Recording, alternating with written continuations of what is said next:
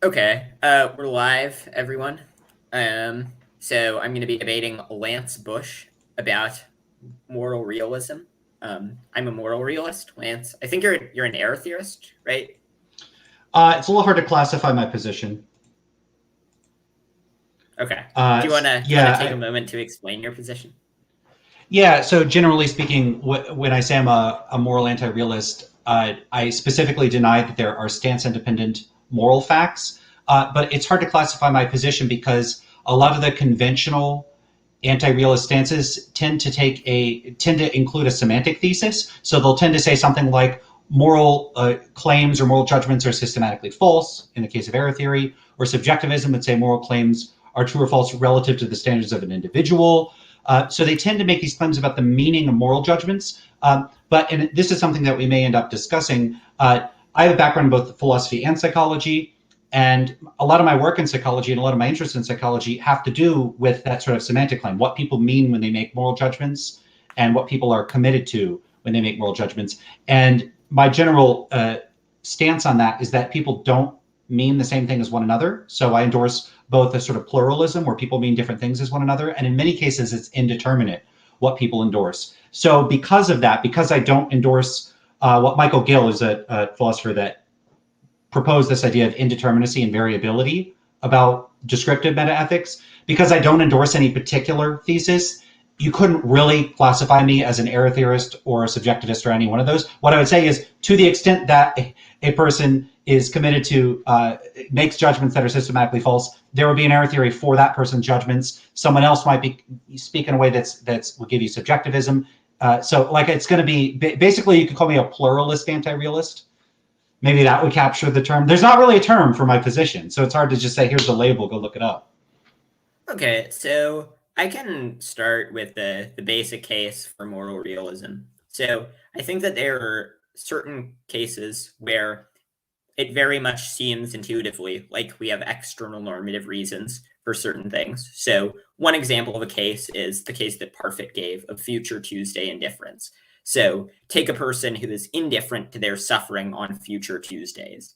And we can even make it so that this person, when it's a future Tuesday, they're hypnotized to believe that it's not a future Tuesday. So this person, to the extent that they endure more suffering than has existed in the totality of human history on Tuesday to avoid a pinprick on Monday, for no reason other than the fact that it's Tuesday. It very much seems like in that case they're acting irrationally. And yet, on an anti realist account, rationality is merely instrumental. So we can be irrational in terms of how we get what we want, but our aims ultimately can't be irrational. And I think that there are a variety of cases where we have the very strong intuition that people are acting irrationally, even if they're acting in accordance with their aims. A few other cases, the case of the consistent anorexic who's willing to starve themselves to death, even if who's willing to starve themselves to death because their desire for a thin figure outweighs the desire for avoiding starvation. A case of a 4-year-old whose desire for ice cream outweighs, or whose desire to avoid going into a doctor's office outweighs their desire to avoid having horrendous diseases, even ones that will cause far greater suffering. Um, and I mean, the smoker who doesn't cease smoking, even though it will have deleterious long-term health effects. So I guess, Lance, would you accept that all these people are acting fully rationally? So it would depend on precisely how the cases are specified. My general reaction to a lot of these cases is that once fully specified, you're either describing scenarios that I would consider incoherent, where you're saying basically a person is acting, they have a desire to do something that is inconsistent with their desires. I would consider those cases incoherent. I can't make sense of that. Alternatively, if you sufficiently specify it, yeah, I would just say they're not acting irrationally. They just have unusual goals or preferences. That might seem strange to me, but I I don't have the intuition that these people are doing anything irrational. Well, okay, so I mean, so we can take the case of future Tuesday indifference first. So you said that when we consider the case more carefully, we often conclude that they're not irrational. So that the intuition that they're irrational goes away. So what would you say for the case of the future Tuesday difference person? Yeah, I just don't have the intuition in the first place. So, I mean, you can have an intuition, and I have the intuition that there's nothing irrational about it. So now we just have conflicting intuitions. So what I would say is like, I don't see any reason to prioritize your intuitions over mine. So we would need some method of resolving which of our intuitions or the lack thereof is correct. Well, so I think that the consensus, I think that the majority of people share intuitions that at least for some desires they can't be rationally held. So I have not done the empirical research that you have, but I did do a poll on social media. The vast majority of people said that there are certain desires, that there are certain aims that cannot be rationally held. So that's obviously not very good evidence. But I mean, I think that that's one very weak piece of evidence. The fact that the consensus of philosophers seems to be that moral realism is true. It's something like 56% to 27% anti-realist. I think seems to show that a lot of people have these intuitions. And I think that we can make a principled case for relying on the moral intuitions that we have, right? So, to the extent that we did not rely on intuitions, it's hard to justify any of our beliefs given the problem of infinite regress. Well, real quick on the Phil Papers thing, the number's actually gone up. Did you see that there's the Phil Papers 2020 survey is out, and realists went up to 62%. Yeah. So it's on the increase. So there's a couple things to say. One is, of course, and you've already, made the proper qualifiers that this is not very strong evidence. It is weak evidence. I take all of those to be weak evidence in favor of realism. The mere fact that the majority of anybody believes something, to me, is evidence for it. But of course, it's not decisive evidence. The majority of people in the world might believe in God or the supernatural or in horoscopes. And of course, that doesn't mean that therefore they're true.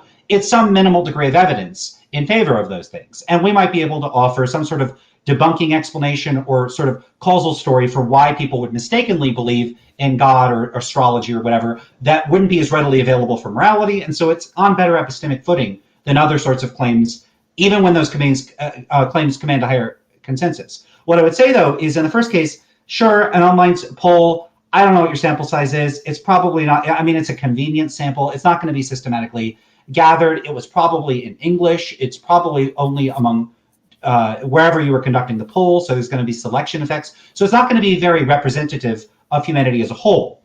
Then you have philosophers themselves. There's a bunch of issues with relying on that 62%. First of all, 62% is not very much. It's not that much more than half. I recognize that out of that remainder, they're not all anti-realists, but that's, I mean, how much evidence is that? I don't consider it very, very much evidence of anything. The other issue is that those people, the question that they were asked is just moral realism, anti-realism. They were not asked specifically how they responded to the Future Tuesday case. So, I mean, we don't know exactly what they think about that. So you've got some kind of online poll that's not systematic and has a whole bunch of, problems with how representative it is. And you have a slight majority from philosophers who also are not very representative.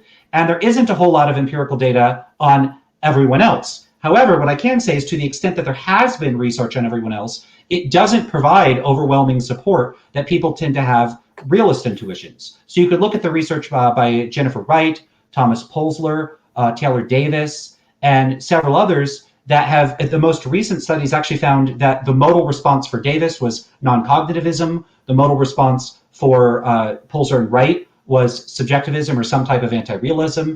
So again, there's representativeness issues with those surveys because a lot of them are done on Amazon's Mechanical Turk among US participants. So the bottom line is we don't really know that much about what non-philosophers think about these issues. And so without more information, it's very hard to say just one side has a sort of intuitive priority over the other. Well, okay. So, I mean, I think that generally, even philosophers who are willing to, accept the Future Tuesday indifference, admit that the starting, just a person who endures infinite agony on Tuesday rather than a pinprick on Monday. There's something unintuitive about that. I mean, even Sharon Street thought that, it was significantly counterintuitive, that it deserved further consideration. And then she, wrote this long article arguing why, like, if we consider it more, then it becomes less intuitive in a variety of extenuating circumstances, etc. I ultimately don't think her arguments work, but I think that most anti-realists, when considering these cases, generally sort of are like, even most anti-realists find that a lot of these cases are somewhat unintuitive. I mean, do you really have just no intuition that a person who like continues smoking, even if it results in their death, and a dramatic decline in their happiness, that they're just not making any rational error as long as they have the desire to continue smoking? What I would say is it's underdescribed. I don't know enough about that person's psychology. If I knew everything there was to know about that person and they really weighed on their own standards all of the different options available to them, and they genuinely judged it to be better to smoke in spite of it causing health problems, what exactly is irrational about that? So no, I don't have the intuition that they're doing anything irrational. I just don't have that intuition. So it's not that I'm not taking the anti-realist stance where I accept at face value the sort of prima facie case for realism and then feel that I need to argue against that. I just don't have these intuitions at all. I don't have any realist intuitions. So so I think that the fact that, a large percentage of philosophers, even the anti-realist ones, take it that there is some prima facie case for realism on the basis of certain intuitions, or like purely moral intuitions, like just the intuition that it is wrong to torture infants for fun, shows that I think that, there's at least some intuitive case. I mean, I think that, again, that, the very small sample that I did was not a particularly good data set, but it was like 48-3 or something. And the phrasing of the question was something along the lines of, are there certain values that can't be rationally held?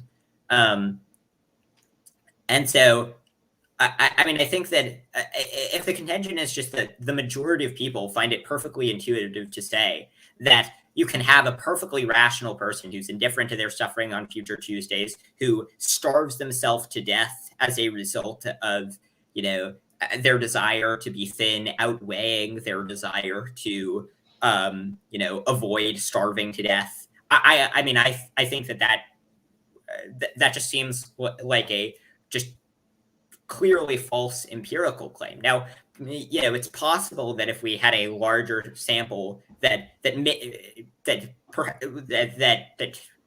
larger sample of people that was more representative of people the world over, would come to the conclusion that people generally think that there are certain desires that can't be rationally held.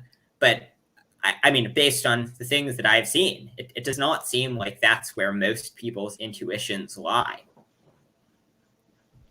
So there's a difference between how people respond specifically to the Future Tuesday case or other cases of whether there are values that it's irrational to have, and the claim that people are moral realists or have realist intuitions. Those are separate claims. You can accept the former without necessarily entailing the latter, and vice versa. I mean, someone could be a realist and not have the Future Tuesday intuition. So those are not like they're not like fungible. You can't just swap one out for the other. Right, the Future Tuesday claim. So that was just the purpose of the Future Tuesday claim is not for that to be the only is not for that to be the case where I say everyone has the intuition that that Future Tuesday indifference is irrational. The purpose of that was to give one illustrative example of where people's intuitions conflict with anti-realism, and then I was going to make the sort of humor argument on the basis of our ethical intuitions of why they're reliable. And so that was how the argument was sure attempting to play out. But so to the extent that we expect that people have realist intuitions about things, then I think if we have reason to trust our intuitions, then regardless of whether those intuitions are Future Tuesday indifference based or based on completely other things, if we have reason to trust our intuitions, that would give us reason to accept realism. Right. So do I have reason to trust my intuitions? Because then I have reason to accept anti-realism. So now we're at a stalemate. Well, I think we can accept the consensus of intuitions, and we can also look at which Why? intuitions Why should we well, accept a consensus? And this is a presumptive consensus. I mean, so I have to assume that there's a consensus, and like a consensus of like who? Of all humans? I think a consensus of people who have considered the issue. Um, People who have considered the issue specifically.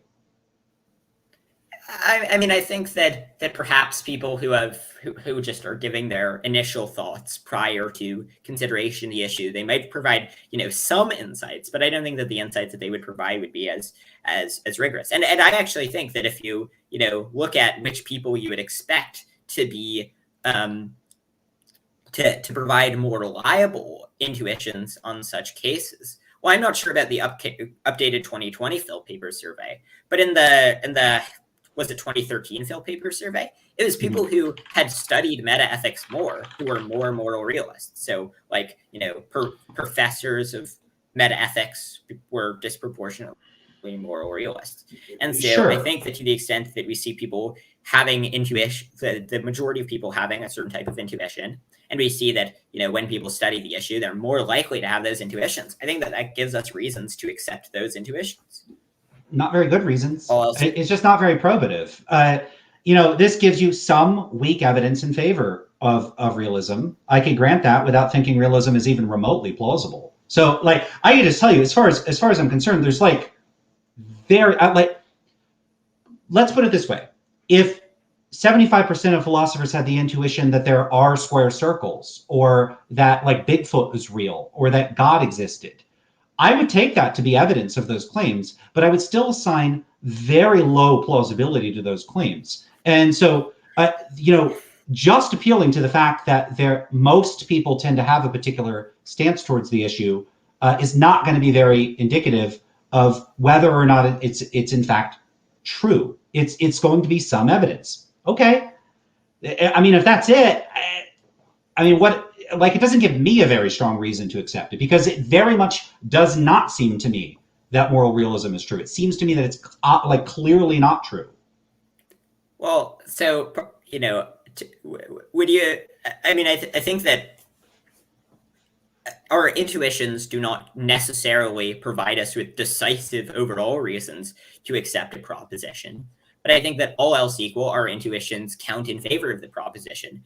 And so I think that we agree that this is evidence, and we're just disagreeing about the strength of the evidence. But I don't think that the consensus of people believing it is pretty strong evidence. Now, you said sort of, well, what if the consensus of people thought things like that there were square circles, or that God existed? Well, I think that if the consensus of philosophers thought that would be evidence for those propositions, and my credence in them would go up pretty considerably. I don't think it would bring it to 50%, but it would bring them up pretty considerably if that were the case. But the fact that those are not the case, I think, shows that the consensus of philosophers are generally pretty well on track. And to the extent that I just don't think it's on track. I mean, look. I mean, for one thing, if we went back to 1970 or 1980 and we did these surveys, we might have found that 70-80% against realism, and I would not have been sitting there making the argument at the time that, well, the consensus is against it. I mean, one thing to keep in mind is that these proportions that we're seeing are heavily driven by sociological, psychological, and cultural factors, that they fluctuate. There are trends and fashions in philosophy. A lot of these cases, there's no independent means of corroborating whether or not the particular intuitions in question are right. If we went back, to the 1600s or the 1200s and we surveyed people, the vast majority would believe in God. I understand that you might be able to argue that today we have access to better information than they did back then. But like, I don't take 62% to be.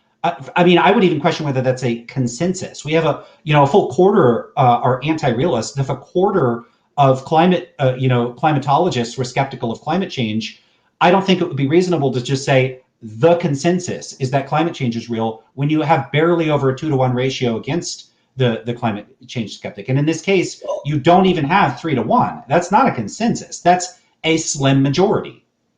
Wait, it's not very impressive. So in the remaining 32%, what percentage of them said they were anti-realist? Do you know off the top of your head? If not, that's fine. Well, I have the survey open in the other window. It's about okay. 26%. It's 25.88%. And I think that's when you specifically look at meta-ethics, the number goes up, and it's 65.3% for realists when you look at just meta-ethics. And I think they should give the number for the amount in there. I think it's 228 respondents. But you could do all respondents and you get 26% anti-realist versus 62% for realists. Sure. I mean, but I think that one relevant point is that, even many anti-realists have some realist intuitions, right? I think that you're, I mean, obviously not entirely unique, but I think that the force of the intuitions in your case is considerably lower than most people, considerably weaker. I don't accept that. My intuitions are real strong that it's not true. This would be very similar to if we were looking up at this. Oh, sorry. Go ahead. Just to be clear, you were misunderstanding my statement. I was saying that if we compare the strength of your intuition, like how little force those intuitions have, to you, to compare them to the average person, I think that to the average person and to the average philosopher, and even to the average anti-realist, they would say that those intuitions have at least more force than you're giving them credit for. Where you seem to think that you seem to have no intuitions of the sort. No, what I'm saying is that when you're saying the force of the intuition, all you have is that philosophers, a slim majority, have some type of under-described, like we don't know exactly what kind of realist intuitions we don't even know if they find it intuitive. So like on balance, I don't know what the amount would be. We could say, even if it's a majority of philosophers find realist claims intuitive, why should I take that to be particularly good evidence for okay, they find it seems like it's true to them. Okay. And like, what do I do with that? Okay. It seems like it's true to them. Well, I mean, there are a series of claims that are extremely difficult to justify, except on the basis of sort of intuition. So one example of a claim is that, mathematics would work even outside the universe, right? We have not verified that claim. We have not gone outside the universe and still done mathematics. But, it seems very obvious that mathematics would continue to work outside the universe. And it seems like... It doesn't seem obvious to me. Wait, it doesn't seem obvious to you that if there was another universe that mathematics would there would 1 + 1. To be clear, by mathematics working, I don't mean mathematics accurately describing facts about the universe, about quantum mechanics. If you had one thing and you added another thing in a different universe, you would subsequently have two things.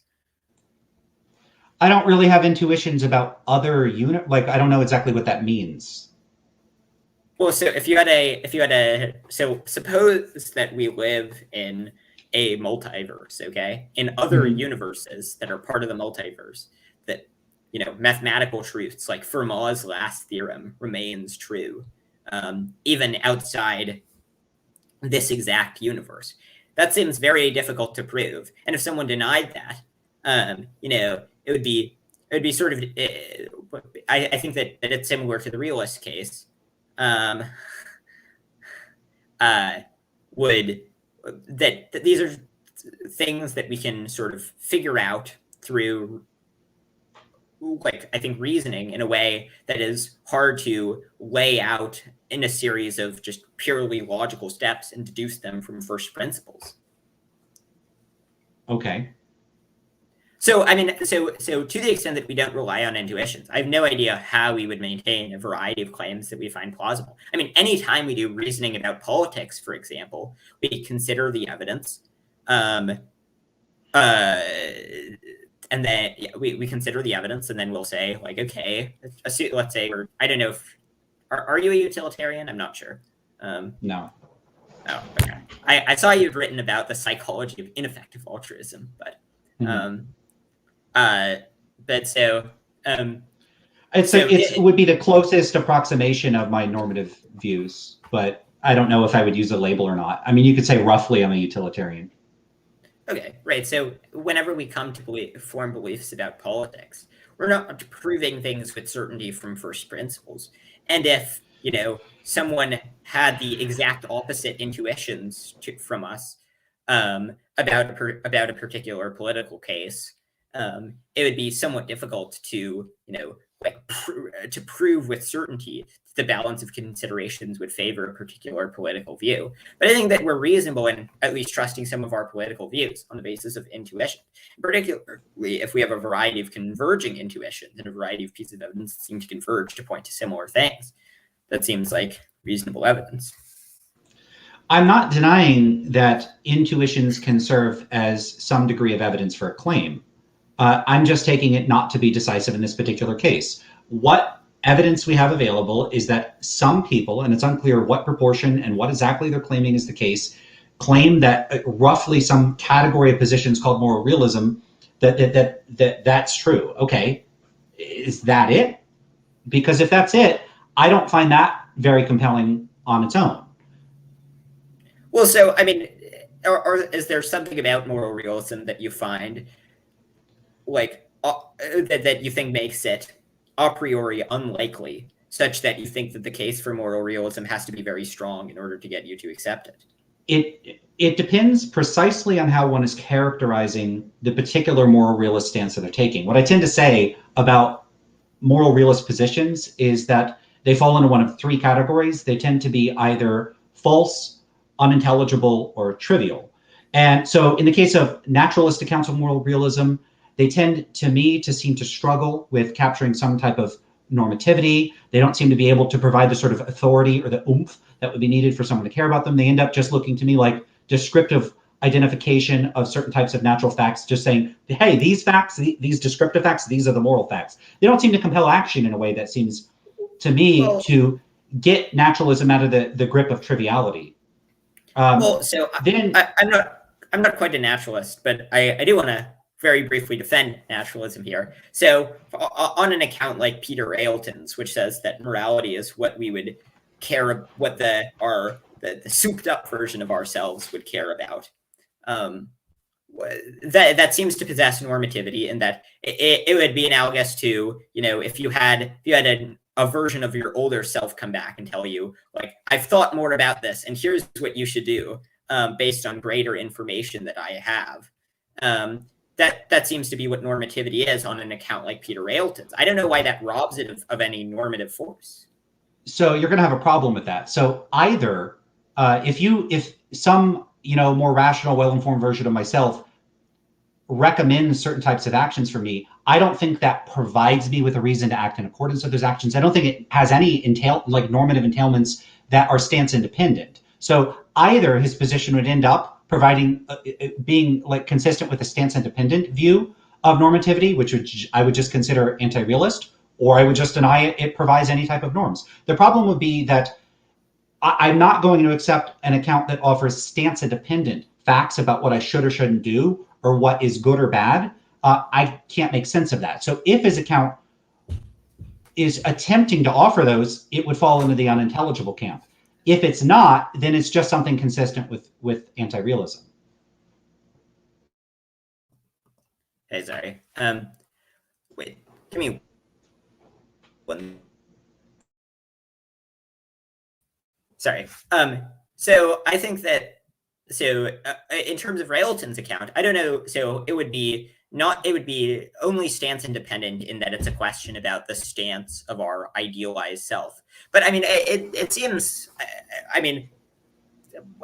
clear that what our idealized selves would think would provide us some reason. So, for example, suppose that you were deciding upon a political view, and you had a copy of yourself who studied the issue intensively for 10 years and came back and said, Lance, your current view about the issue is not the view that you hold if you thought more about this, as I just have. That would provide you no reason to change your political views. If I had a reason, it would be based on the norms that I already subscribe to. It'd be stance dependent. Well, right. So on Railton's I'll give an example. Suppose that the me that spent 10 years came back and said, hey, on consideration, you'll actually want to subject yourself to torture forever. I would say, well, I don't want to do that, so too bad. Whether or not I care at all about what some souped up version of me would say will always depend on my goals, values, and desires. So it's always, I'm only interested in acting in accordance with my goals, values, and desires. If a souped up version of me, it has one of two options. It could provide me with facts and considerations that would be relevant to my current goals and desires, or it wouldn't. If it does the former, then to the extent that we could say that I have a reason to act in accordance with whatever it suggests, it would be dependent on my values, not its values. To the extent that it recommends that I act in a way inconsistent with my goals and desires, I would just say, no, thank you, I'm not interested in that. So it's either going to provide me with something that stance dependent, which is not going to get you any type of substantive realism because it's consistent with anti-realism. I only deny that there's stance independent moral facts, not that there are facts about what would be consistent with my goals and desires. Of course, I think there's facts about that. Or it's going to provide me with stance independent reasons or normative facts of some kind, in which case I would say, I'm not interested. No, thanks. Goodbye. So yeah, I don't think Railton gets out of this any better than any other realist account. Well, no, so if you had some aim that you knew with certainty that if you thought more, that aim would go away. So like, suppose that you, I don't know, desired the taste of some food, but if you thought more about it, you would no longer desire the taste of that food. It seems reasonable to say that the fact that if you, that you're that the souped up version of yourself who knew more, but sort of started with the same initial set of desires, they would not desire that food. That seemed to provide you at least some reason not to eat the food. Don't agree. How does it provide? What does that even mean? Provides me with a reason? I mean, this is another issue that I have. Sorry, go ahead. Sorry, go ahead. Yeah, I mean, I have a more fundamental issue with this talk of providing reasons.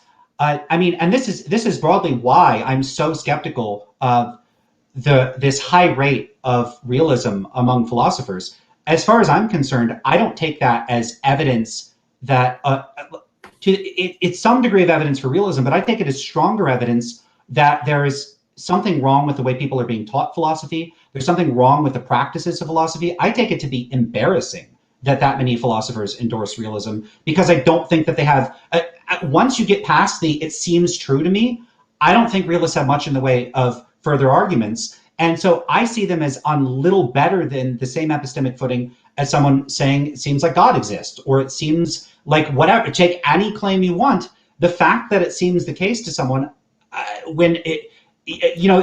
could bring in reasons why I don't think it would make sense, even if it seems the case to other people. I can offer psychological explanations why people might mistakenly think that's the case, and maybe we'll get to that. But that, to me, it's so clearly not the case that it sounds a lot like if people were saying 62% of philosophers agree God exists, bam, God exists, atheist has to prove God doesn't exist. Or 62% think Bigfoot is real, you got to prove Bigfoot's not real. I don't think so. As an atheist, I do quite appreciate that you're, lumping in God with Bigfoot. Given that, I agree that those are on similar levels of epistemic footing. So I think that, I obviously don't share your view that it's embarrassing to the philosophy community that a large percentage of philosophers are realists. I think that there are a variety of ways that people argue for realism. So, I think that, a lot of realist naturalists will argue for realism on the basis of it just providing the best account of moral semantics. And they think that there is some shared thing that we're all talking about, regardless of what we think about the semantic account. I think that the naturalist accounts at least are sort of analogous to like theories of language that are somewhat plausible, even if you don't agree with them. I don't know why you would find it embarrassing to the philosophy community that people hold views that are just sort of different accounts of language and what we're talking about when we use moral discourse. So what's embarrassing about that is the sort of idea that should be considered some type of moral realism to offer a descriptive account of what people are doing with language. But another thing that's embarrassing about that is that the vast majority of these naturalists are not conducting cross-cultural research on language. They're using armchair intuitions.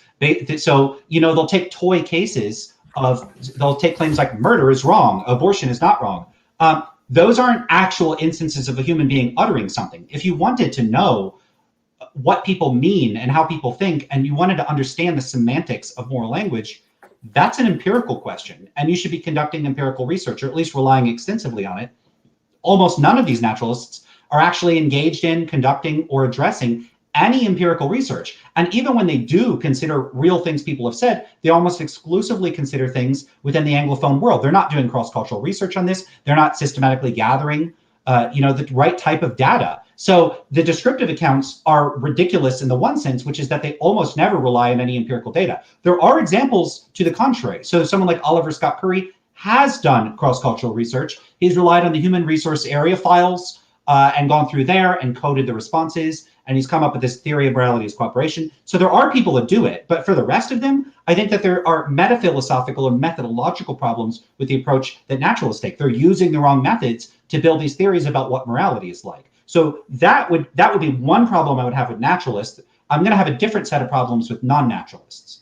Yeah, I mean, I think that, and I don't think that the evidence for moral realism is merely on the basis of intuition. So I think that that's the evidence I presented so far, but I think there are certainly more. So I think that, I'm a utilitarian moral realist. And so I think that if utilitarianism turned out to be objectively correct, there would be a few things that you would predict. One, I think you would predict more careful reflection to lead to utilitarianism, and to utilitarianism to be sort of less prone to evolutionary debunking. And I think that if we look at the empirical research on the subject from people like Joshua Green, and you, in fact, I think that seems to be the case. People with greater with thicker dorsolateral prefrontal cortexes tend to be more utilitarian. People tend to be more utilitarian upon greater reflection. People tend to be, more utilitarian when they're under less great time. When they're under time pressure, they become less utilitarian. So all these seem like they would be predictions that we would make, that would be more plausible if utilitarianism were objectively correct than if it were not. So there's some significant empirical issues with those studies. Almost all of Josh Green's research relies on sacrificial dilemmas, which I'm sure you're familiar with in case anyone's watching this. These would be cases like the trolley problem, where there's a train headed down the tracks, it's going to hit 5 people, you're a bystander, you could flip a switch. If you flip the switch, it'll change tracks and hit 1 person instead of 5. And then the question is, what should you do? Should you pull the switch so that it only hits 1 person instead of killing the 5, or should you not do anything and let it kill the 5? Josh Green's research is really cool stuff. I've read Moral Tribes. I've read actually most of his papers. I even read his dissertation, which is awesome. He's a really fun title for it. I think it's called The No Good, Very Bad, Horrible Truth About Morality and What to Do About It. It's beautiful. So Josh Green is great. I do have empirical concerns with that research, though, which is some of the studies found, some subsequent research has found that respondents that are willing to push in the footbridge scenario, which is a modification where you push a person off a footbridge and they fall to their deaths and their body stops the train or the trolley or whatever from hitting the 5 people. People that tend to favor that response, and in fact, that is a response I favor. So, that's some degree of concern for what I'm about to say. Those people tend to score higher on subclinical psychopathy scales. There's also been research by Kahan and others, which has found that the same people that are more willing to push in sacrificial dilemmas aren't particularly concerned about impartial beneficence. I think that they give less to charitable donations, or they're less willing to. There's been subsequent research that shows that if you look at a broader set of criteria that one would use to determine whether a person is exhibiting a utilitarian judgment or a consequentialist judgment rather than a deontological one, that the responses to the trolley problem and the footbridge scenario are not especially diagnostic of people endorsing one or the other of those positions. Yeah, no, so in terms of, I'm quite familiar with the research that you're referencing, but all that seems to show, and I think there was a later paper that Green wrote, 2014 maybe, that referenced this, was that what he argued was that there are 2 distinct paths to the not moral realist, to the more utilitarian judgments. So one of those paths is as a result of sort of decreased empathy, so less of an emotional reaction to pushing a guy off a bridge. And then the other path is as a result of greater reflection. And so I think that to the extent that there are 2 distinct ways of getting there, I don't think that it's necessarily the case that that reason alone makes it so that reason by itself dictates that we act morally.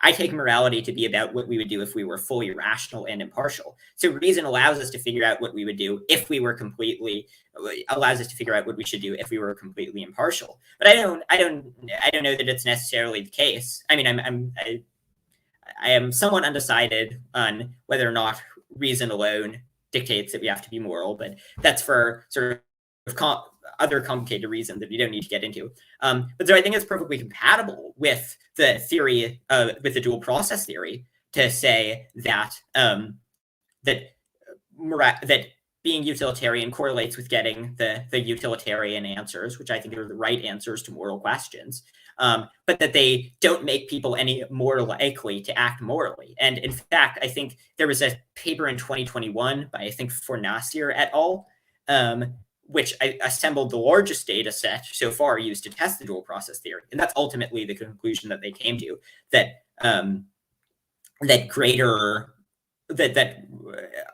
pushing the guy off the footbridge correlated with greater intelligence, but also often correlated with having less empathy and being more sociopathic. Yeah, it just seems to me like it remains an open question how well the dual process model holds up, what we can infer from the dual process model, whether or not Green is successful in selectively debunking the sort of system one output. I mean, there's a bunch of open questions there. I don't think that we're going to be able to resolve that in this discussion. I mean, there's some open questions. So for one of my classes, I've done basically a semester of research almost entirely about the subject.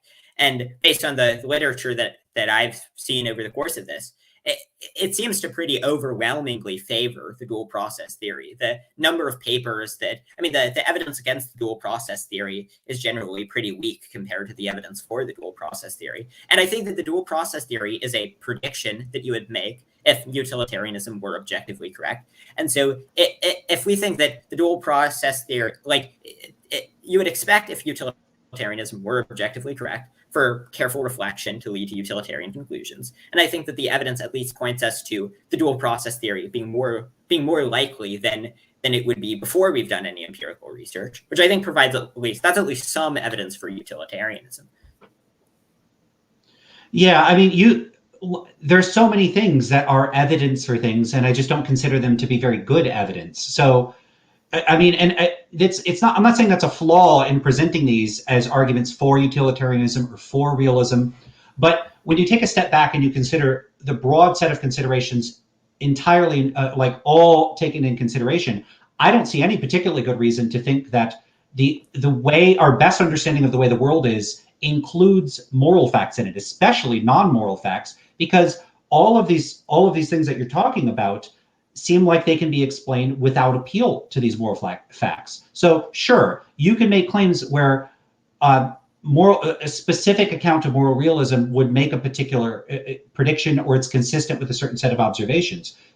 Yes, but pretty much anything is consistent with any particular set of observations. What I would want to see is that it does a better explanatory job than some other set of explanations. I mean, in the case of why people would be utilitarians on reflection, it might be that there's an underlying set of ways that information is processed that's contingent on the way that these two systems evolve to operate in humans, and it happens to generate one output over another.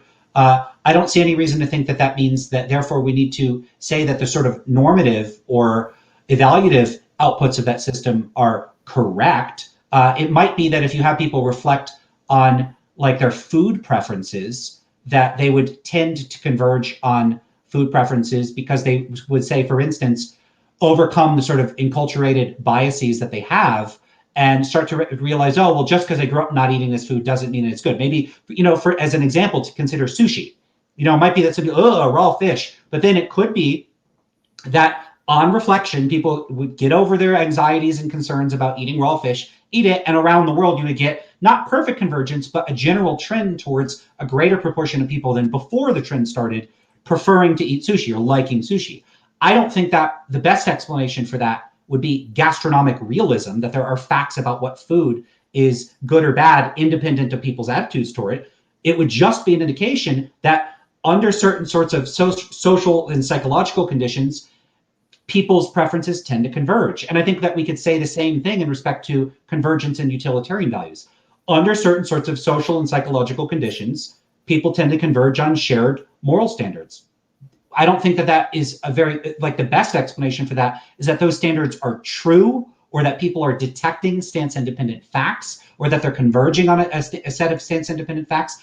The best explanations for that would just be these purely psychological explanations that would just describe what's going on. And we wouldn't need to posit stance-independent facts to make sense of that. Well, in terms of the gastronomic realism thing, the reason why I think that the sushi thing would be only incredibly weak evidence for it is that you've provided another very plausible account that our credence in should be very high, in terms of why, upon reflection, people would like sushi more. That has nothing to do with discovered truths about the universe. And there might be some that relate to morality. It's possible that there's some explanation for why greater reflection leads to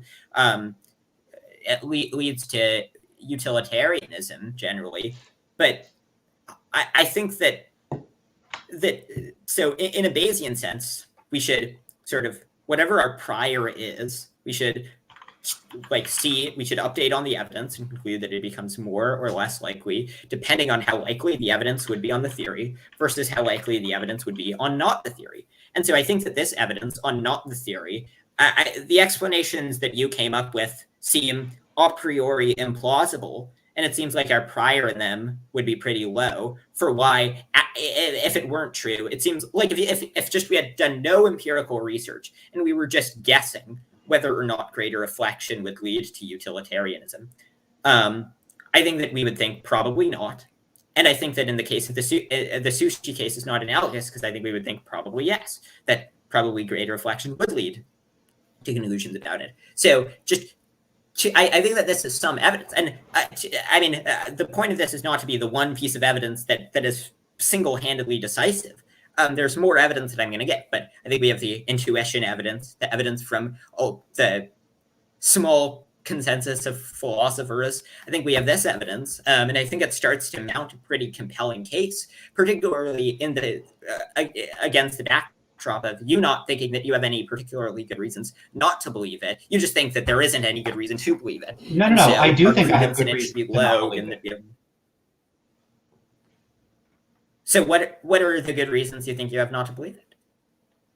Well, among other things, I don't have the reasons not to believe it. So I think that there are no phenomena that are best explained by appealing to stance-independent moral facts.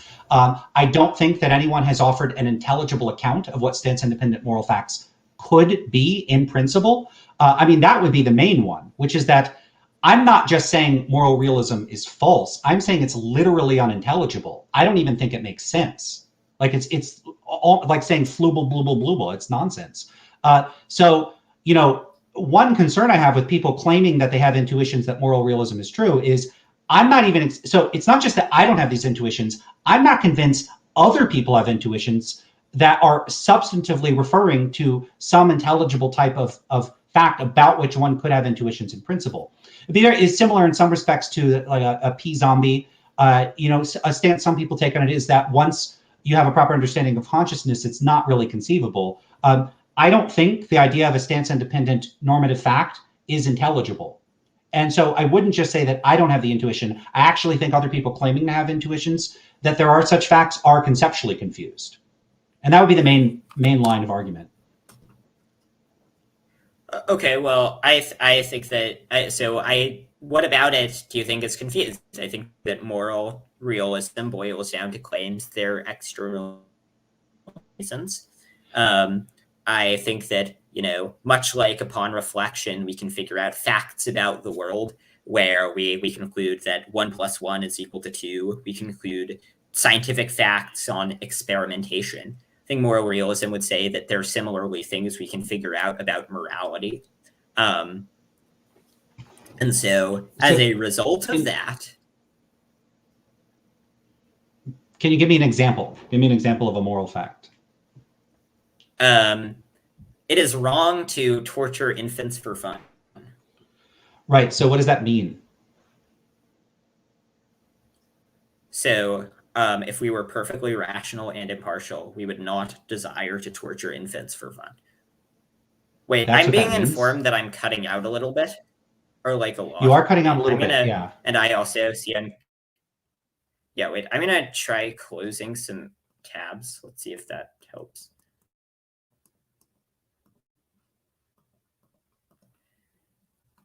Yeah. Give me a moment. I'm going to take a quick break and I'll be right back. Okay.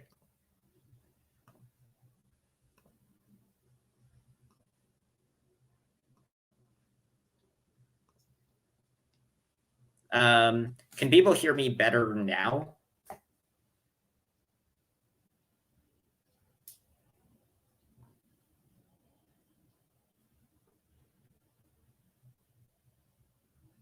Hello?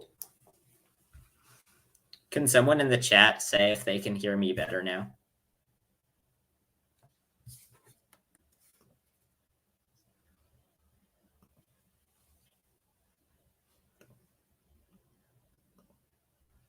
What? Okay. Yeah, I don't know why my internet's being bad, but okay.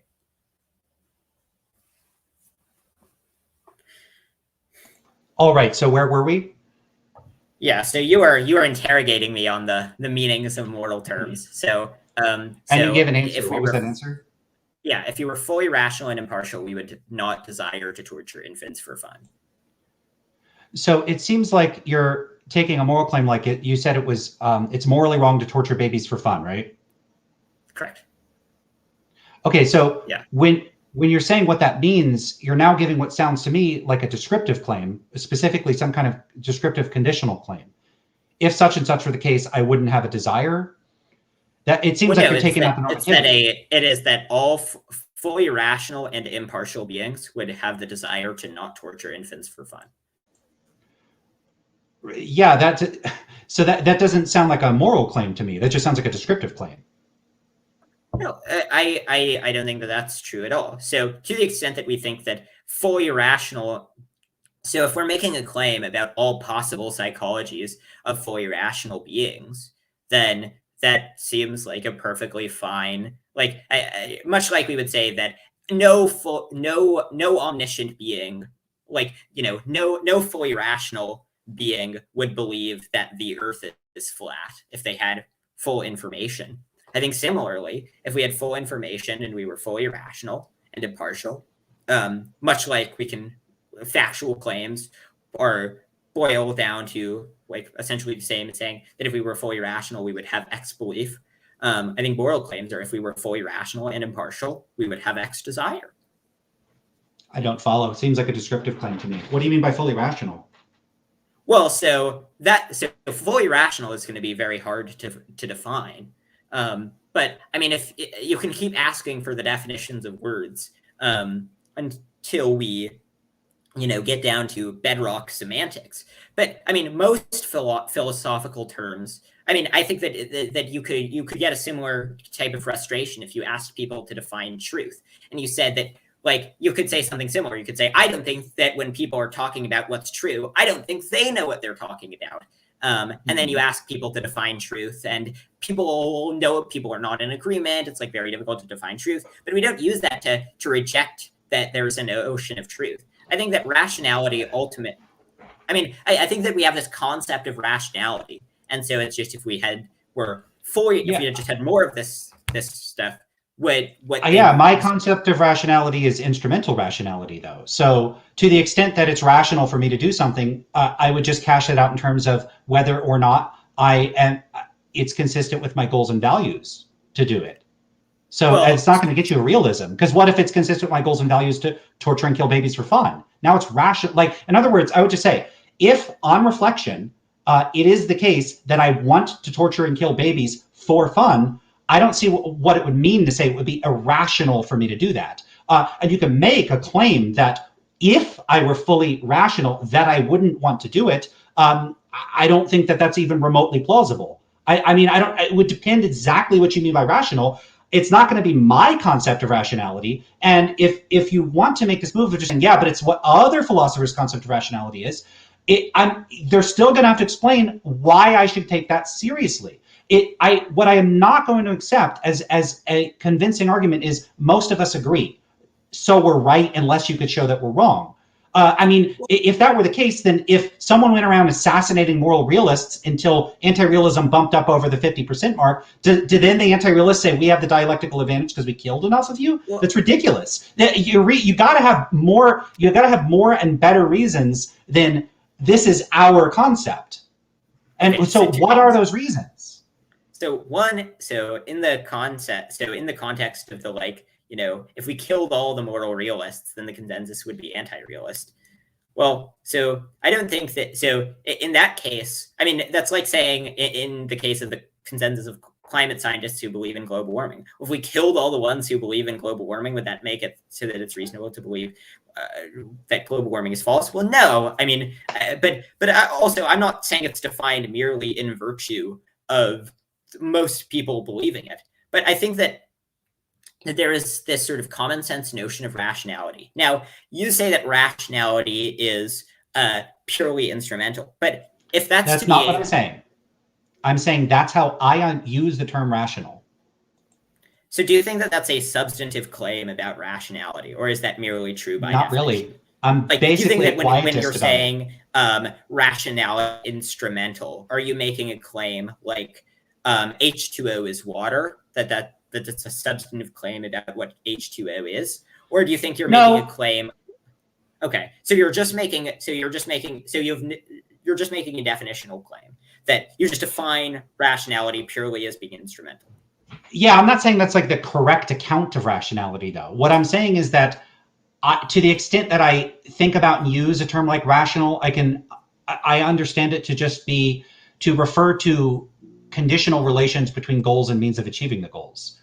Those are like a real thing. There are goals, there are means of achieving the goals, there are facts about the relationship between those things. So I would want to discharge my notion of rationality in a way where it referred to something that seems substantive. And if you're not invoking that notion of rationality, I don't know what notion of rationality you are invoking. Now, you can say, well, you could just push Bedrock and push us towards Bedrock, and anyone could do that for anything. Okay, well, that just because that's a concern doesn't mean I'm not warranted in doing so in this particular case. So with respect to the moral claim, so torturing babies for fun is wrong. Now, you've given me this claim, like if I were fully rational and well informed or whatever, I wouldn't want to do it. Impartial. That seems like a descriptive claim to me. So if it's not a descriptive claim, where is the normativity coming into that? Well, I think so. Many of us have the experience of reflecting on the things that we care about, thinking like, okay, is this actually the type of thing that's worth caring about? So, many of us, when we're like 4, we have the desire for dark chocolate, and then over time we realize there are better things to life than just dark chocolate. And so I think that we can sort of reflect on the things that we care about and see if we have a reason to care about them. Now, if you have no intuition, that if you just don't even know what I'm talking about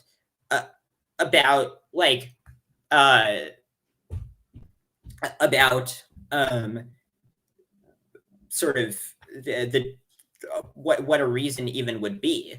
Well, I mean, I would be sort of at a loss of how to explain it to you, because I take your reason and rationality to be sort of fundamental concepts. And I think that, it would be like asking, it would be like rejecting the notion of truth, because it's very difficult to give a precise definition of truth. So I don't think so, because I don't think that it depends what you mean by reason. So I can use the term reason to refer to consistency relations. So I could say, well, you could ask me, like yesterday I went to the store and I bought milk. You could say, well, why did you buy milk? And I could say, the reason I bought milk was because I needed milk. Like I wanted milk, or because I wanted to bake and I needed milk. So like I can use the term reason in a way that to me strikes me as perfectly intelligible. I don't think that's the sense that you and moral realists tend to use the term, especially non-naturalists. Well, So like, if it's using it in some other respect, what is that other respect? Just, can you explain? what about, like, so I don't think that there's a way to give a good account, much like I think that for most philosophical words, when you drill down to bedrock, it's just very difficult to define philosophical terms at the bottom. But I mean, if I made a statement along the lines of he acted for revenge, but he had no reason to do what he did, to use an example that Parfit gave in his book, do you find that statement just unintelligible? It just seems weird. I would just say the reason they acted was for revenge. That seems like a reasonable way to use the word reason.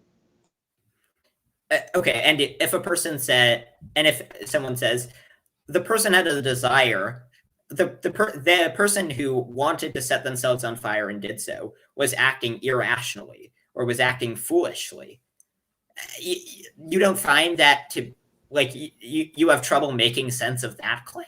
I mean, it clearly. I'm not saying I just don't get it. I'm saying it clearly makes sense for some people to set themselves on fire. It depends on what their goals are. So, I mean, there was that famous Buddhist person that set themselves on fire, right? They had a good reason to set themselves on fire. Like, people have reasons to do things. They might not be consistent with your goals. I think we have a good explanation for why you and Parfit and others would find these people irrational. It's that you're projecting your goals and values onto these people, imagining that they should want the same things you want. And when they act in a way inconsistent with your goals and values and your desires, then you go, it doesn't compute. But, we could readily encounter extraterrestrials from another planet that evolved under different conditions, that have a very different culture and society and evolutionary history. And in their culture, it's good to go out and conquer and destroy and subjugate and enslave others. And to them, they would all just say, perfectly reasonable, perfectly rational to do. We've reflected on it for 1,000,000 years. All of our philosophers agree. Not only is it good, it's an obligation to go out and conquer it. And then they come across us, and then they see the humans, and they're like, yeah, we're going to kill and enslave you all now. What are they doing that's irrational? Why should they care about human values? Well, I'm not saying that they should care about human values in virtue of those values being human. But so what I was doing was I was going through and providing particular phenomena that are best explained by moral realism, such as the presence of a variety of realist intuitions, the dual process theory finding. I was going to provide more. But so what you've done is you've said, I don't even know what you're talking about at this point. But so like you find that the theory of moral realism to be sufficiently unintelligible that you don't think it can explain any phenomena. But I think that why they should care about it is not because we humans have a value. I think they should care about it because they have a reason to care about it. And I think that what's the reason to care about it? Well, I think that reasons are irreducible. I mean, like, what I think that question is like asking why is water H2O? It just sort of is. So these aliens could say, but you have a reason to conquer and torture people. And if you said what's the reason, they could say that's not a meaningful question to ask. You just have the reason. What does that even mean? So what does it mean to have a reason, on your view? So I think that reasons have the substantive property of counting in favor of whatever they're a reason for. Now you're going to ask me, what does it mean to count in favor? That's exactly what how much does it count what does that in mean? Favor? Right. So again, I mean, the fact that philosophical concepts at their bedrock are nearly impossible to define is not a problem that's unique to reasons. It's not a problem that's unique to moral realism. And so I think that the fact that these definitions start to seem circular at the bedrock just shows that we're talking about philosophy. It is not anything that is unique to moral realism. I think that in the case of moral realism, the reason I think that for the aliens to be rational, it would have to be the case that upon reflection, they would not think that it is morally desirable to go around conquering people. Now, they might have the desire to, but I think that, we can have desire. We can recognize that something is morally bad, but still have a desire to do it, right? But So I think that the reason why we should believe that reasons exist is because they fit into our best account of the world. They explain a series of phenomena that I was going through and explaining how reasons best provide explanations of those phenomena. And I think that they're an intelligible concept, even though they're somewhat hard to define. I think that they're unique.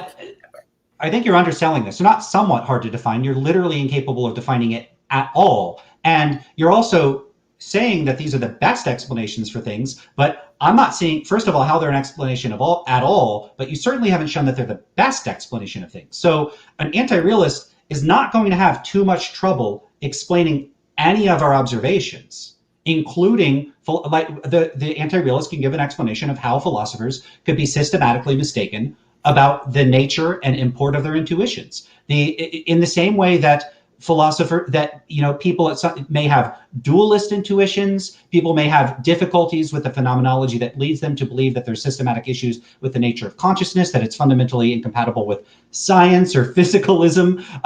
Human brains are wonky things. And I think that philosophers rely way too much on an unsystematic, unreflective confidence in the sort of uniform reliability of their intuitions. But I'm not willing to accept that because intuitions may be reliable in some circumstances, that they're reliable in other circumstances. They may seem that way. You may have a phenomenology that's consistent with certain sorts of conclusions. But once we get into all the empirical considerations relevant to assessing why people would think that there are stance-independent moral facts, I think the issue becomes much murkier. One point that I would say that it does not at all count in favor of the moral realist is that it is not at all apparent that if you go out and survey people, that they share with philosophers the notion that there are stance-independent moral facts. As far as I could tell from looking at the empirical research on it, people don't know what that means. They don't understand the questions. So one thing I would say is that this sense that moral realism seems true strikes me as plausibly having certain sorts of psychological and sociological explanations that an anti-realist can account for without having to suppose that there are stance-independent moral facts or that there are external reasons or any of this phenomena. And if we can explain what the world is like without proposing these like conceptually like additional concepts and additional phenomenon, that's a more parsimonious explanation, and it tends to be favored in those terms. Sure. So I think that it's perhaps, so I think that in terms of whether we can provide psychological explanations for things, I think that there are certain fairly plausible replies to evolutionary debunking arguments that the realists can give. So one was provided by Neil Sinababu in a 2008 paper called The Epistemic Argument for Hedonism. And what he argued is that sort of so some of the ways that we form moral beliefs are unreliable. So a lot of our moral beliefs, we shouldn't have that high credence in them. But there's a phenomenal introspection which involves reflecting on what our mental states are like is fairly reliable.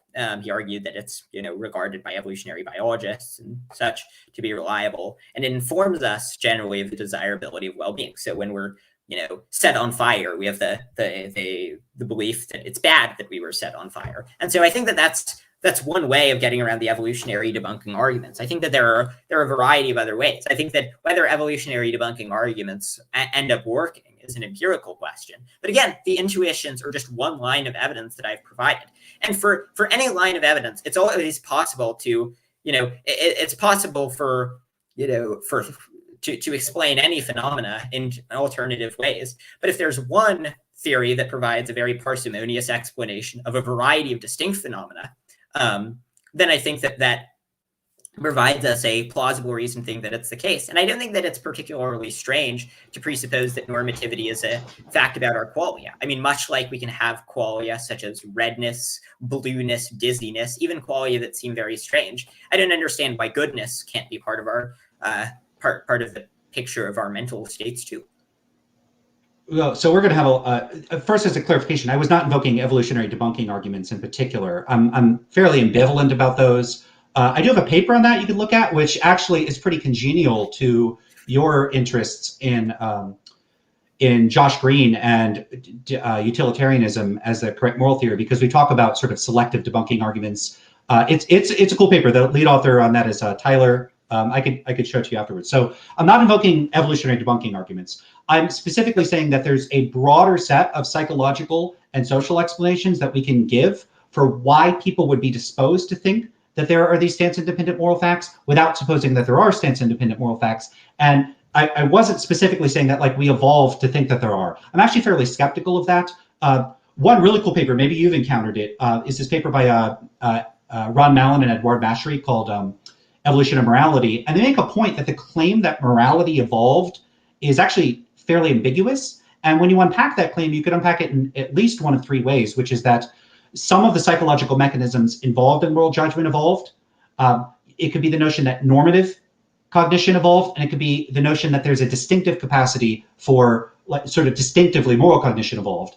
What they argue is that there is some good reason to think that normative cognition may have evolved, that the first claim is hard to demonstrate any particular mechanism involved in moral judgment evolved, but it's plausible, it's just tough to make the case. And that the third claim, that morality evolved as this distinct type of system, what someone like Richard Joyce might argue, the evidence for that's not very good. And I find their case for that pretty convincing. So already, I think that those who endorse evolutionary debunking arguments against morality as a whole have a problem, which is that it might not be that there's a single set of psychological mechanisms with a shared set of reliability involved in moral judgment. Dual process model of moral cognition would be one indication of where that might not be the case. You can't just, in other words, the details of natural selection and how it shaped human judgment really matter here. So I'm not invoking evolutionary debunking arguments. I could get to what I can say about what I think is going on and why moral realism is so attractive.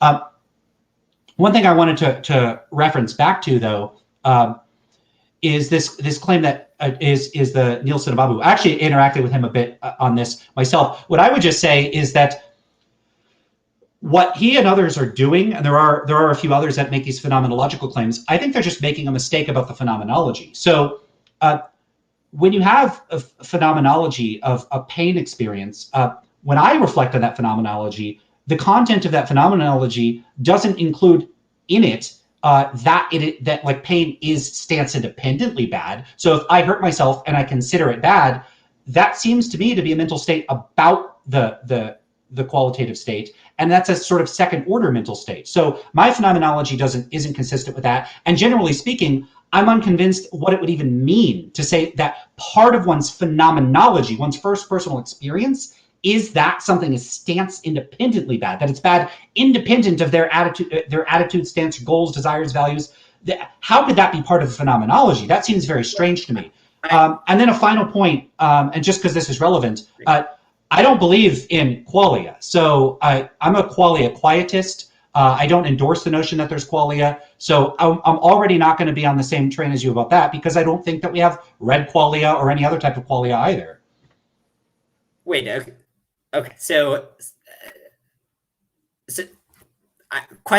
in terms of your denial of qualia, I mean, it seems like we have experiences of, like, you know, when we see a wall, we experience the wall being a particular color. I mean, like, if it's not, it seems like qualia is just the word that we term for our mental, for the particular types of experiences that we're having. You got to be very careful about the use of that term, because it could be used in a pretty benign way that would be consistent with a view like Keith Frankish or Dan Dennett, who are qualia deniers. But the type of qualia that they're denying are more philosophically weighty than that. And I'm very wary of people saying qualia exist when they don't unpack what that means, because that leads them, that can be highly prone to equivocation, to conflating, to vacillating, to Motte-and-Baileying, to sort of vacillating and switching between different types of conceptions of qualia, where there's sort of more philosophically sticking of the neck out, and then that gets retracted. So in saying that there are no qualia, I mean that there's no sort of qualitative, intrinsic, incommunicable properties to our experiences that couldn't be like that. There's not anything in addition to what can be captured by a third personal functionalist explanation. So that's what I am denying. And if that's not what qualia are, I mean, then they're what are they exactly? You know, then you're just using them in a way that's fairly benign if it's consistent with any philosophical theory. Okay, I mean, maybe so. the debate about whether there are qualia seems like a very deep rabbit hole to go down that, maybe like it seems like that might be straying a bit too far afield from the moral realism topic, in terms of whether there are qualia in the first place. But so I think that,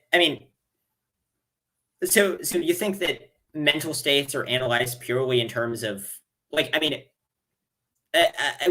there seems to be this, if we see a wall, there seems to be this element of our experience where it's red that is shared by red things. I'm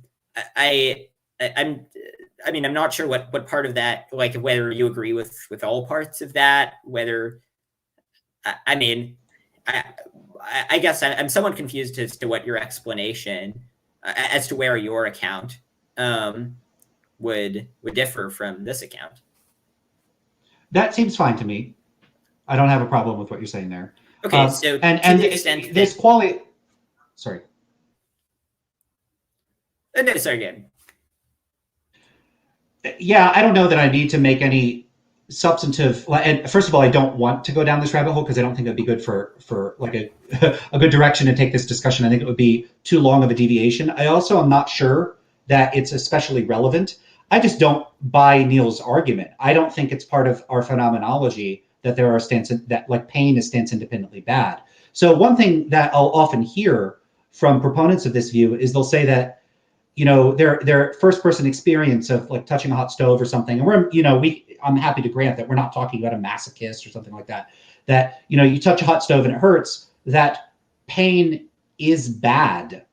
Well, that's ambiguous. What does it mean to say pain is bad? Does it mean pain is bad to them, or that pain is stance independently bad?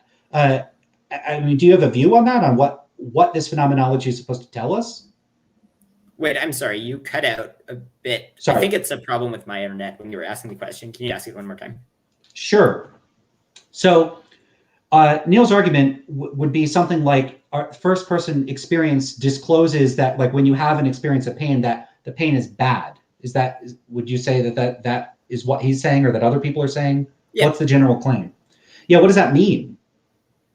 Well, that all else equal, we have a reason to avoid the experience of pain. And this is a reason in the external normative reason sense that you find spooky and mysterious. Right, so it's part of the phenomenology that we have an external reason? Right. I think much like when we reflect about, numbers are slightly different because they're not, directly part of our phenomenology in the same way, but much like we can form beliefs about numbers that addition would still work. Addition works even outside of the solar system. Right, but that's an inference. That's not part of your phenomenology.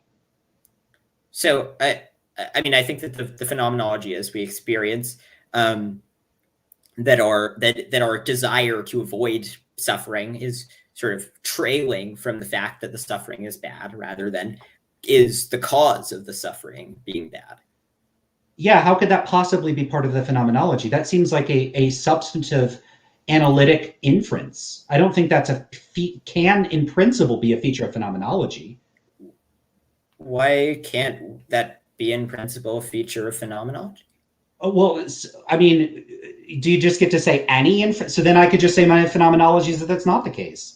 My phenomenology is that when I suffer, or when I experience something that I consider bad, I consider it bad in a stance-dependent sense. I don't have this phenomenology of it being stance-independent. So, I don't think I'm entitled to make that claim, because if nature discloses these facts sort of immediately and directly, I win because my experience isn't consistent.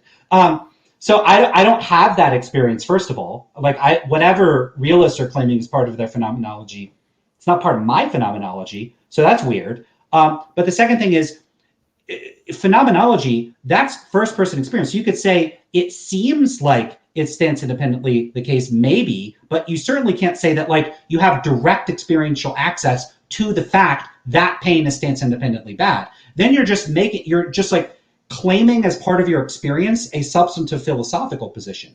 That's a wild move to make. I don't think that's at all justified. Do we just get to say anything in part of our phenomenology? Well, no, I mean, this is a fact that is, this is limited to a fact about our qualia. So, I think that, it would not be legitimate to make it would not be a legitimate move to, say that based on the qualia, based on the experience of seeing a wall, we infer that a wall is actually there. And we know that as a fact about our qualia, because that can't be even in principle derived. If we could have complete knowledge of of everything about our qualia, assuming that our knowledge is limited to our qualia, that would not allow us to figure out things about the world outside our qualia. But knowing that everything about our qualia would allow us to figure out if normativity comes from our qualia. But I think that this whole discussion is slightly irrelevant, because this was just sort of a point that I brought up in response to evolutionary debunking arguments, which I perceive you to be making. And so, to the extent that you don't find evolutionary debunking arguments persuasive, then there's no need to go down the whole Cinnabobby rabbit hole. Okay. I'm still concerned, because I feel like we didn't adequately address the issue of this question, because my main position on stance-independent normative facts is that they're unintelligible, and so unless someone can make sense of them, it's hard for me to I don't know how to position a discussion about them if I can't make sense of them. So are you able to articulate what they are in a way that might make sense to me, or is that just not something you think you would be able to do, whether or not you think you need to? I mean, I think that we can articulate it in some limited sense. So reasons, they count in favor of whatever they're a reason for. If we say you're acting without a reason, that's synonymous with the saying that you're, acting foolishly. It is a term of condemnation. But I mean, ultimately, what do you want what do you want out of this description? Because it seems like if what you want is it seems like there are many other philosophical concepts that you find intelligible, that face similar levels of sort of amorphousness, like knowledge. So what but I wouldn't accept that about knowledge. I'm also a knowledge quietist. So you don't, or sorry, I misspoke when I said knowledge. I meant to say reality. But so, or no, sorry, not reality, true. Okay. So if something's true, that seems like it's very difficult to define. But presumably you think that we can have some coherent concept of truth, right? So what about this do you think is underdefined in a way that's distinct from the way that things, that when we say something is true, it's underdefined? Well, so I mean, someone could give there's different theories of truth, and I'm not prepared or especially interested in getting into that. I mean, you could have a correspondence theory of truth or some other theory of truth. But what I would say is, if someone wants to resist skepticism, just appealing to some other thing and saying, well, you wouldn't be able to offer a compelling explanation of this other thing. Okay, well, if we're on the same page that that thing is real, or that thing is intelligible, or that thing doesn't call for an explanation, fine. But I'm not on the same page about this one. And if you're going to say that you just get to lay claim to explanatory parity if we agree on something. So let's say we agree that truth is an intelligible concept, even if we're not able to offer a sort of substantive account of it. We both just agree truth is intelligible. If you then say, okay, well, in what respect, why should we accept that for truth but not for morality? Well, I'm just granting that we accept it for truth. So I'm not granting that we accept it for morality. And if you want to say, well, I'm entitled to it, anyone could present some third concept that they could also claim is inarticulable, it's primitive, it's basic. For instance, we could encounter tomorrow an artificial intelligence or an alien civilization that lays claim to some different set of normative facts. And they could say that there's this sui generis body of stance-independent normative facts. Let's say they're Zorpian facts. And there are these Zorpian facts, and all their philosophers agree on them. So they don't even have 62%. Let's say they have 99%. Occasionally someone comes along and it's weird. And they've reflected on their philosophy, and they've arrived at the conclusion that we have Zorpian reasons. And those Zorpian reasons are very unrelated. They're not at all convergent with moral reasons. And if you say, okay, but why do I have a Zorpian reason to say scream at tables all day, or to only ever wear purple, or to blow up all stars in the universe. They could just say, well, I can't give you an account of reasons, and I can't really explain what Zorpia means, but it's intelligible to us. And let's say this is an intergalactic civilization. There's hundreds of millions of them. They would say they could make the same move you're trying to make as evidence of realism for their position. And you could grant that would be some evidence, but I don't think you would take Zorpian facts very seriously. I don't think you would be motivated to act in accordance to Zorpian facts. So the sheer volume of entities in the universe that endorse some concept that they cannot articulate or explain, that's not going to have any philosophical weight with you at the end of the day. If they're saying the normative facts are things like you have to spend all day screaming at tables or set yourself on fire, you wouldn't want to do that. So in other words, what I'm saying is, if you think that the move works for morality, it also works for Zorpian facts. And I say that whatever moral facts you give me, I'll find some Zorpian facts that's the negation or antithesis of that, and say that we have a Zorpian reason to do that. And that seems to me to be on almost the same epistemic footing as moral facts. Well, to the extent that a Zorpian reason is rationally compelling to us, then I don't know. It seems indistinguishable from a regular reason, and I think that that if they could provide a plausible account for why we had Zorpian reasons, which were somehow superior to regular reasons, that to do things like spend all day screaming at tables. I mean, I think that the bar would be pretty high to prove that. But I mean, I think that to the extent that they were able to provide some, even to the extent that Zorpian reasons that they had reason giving force.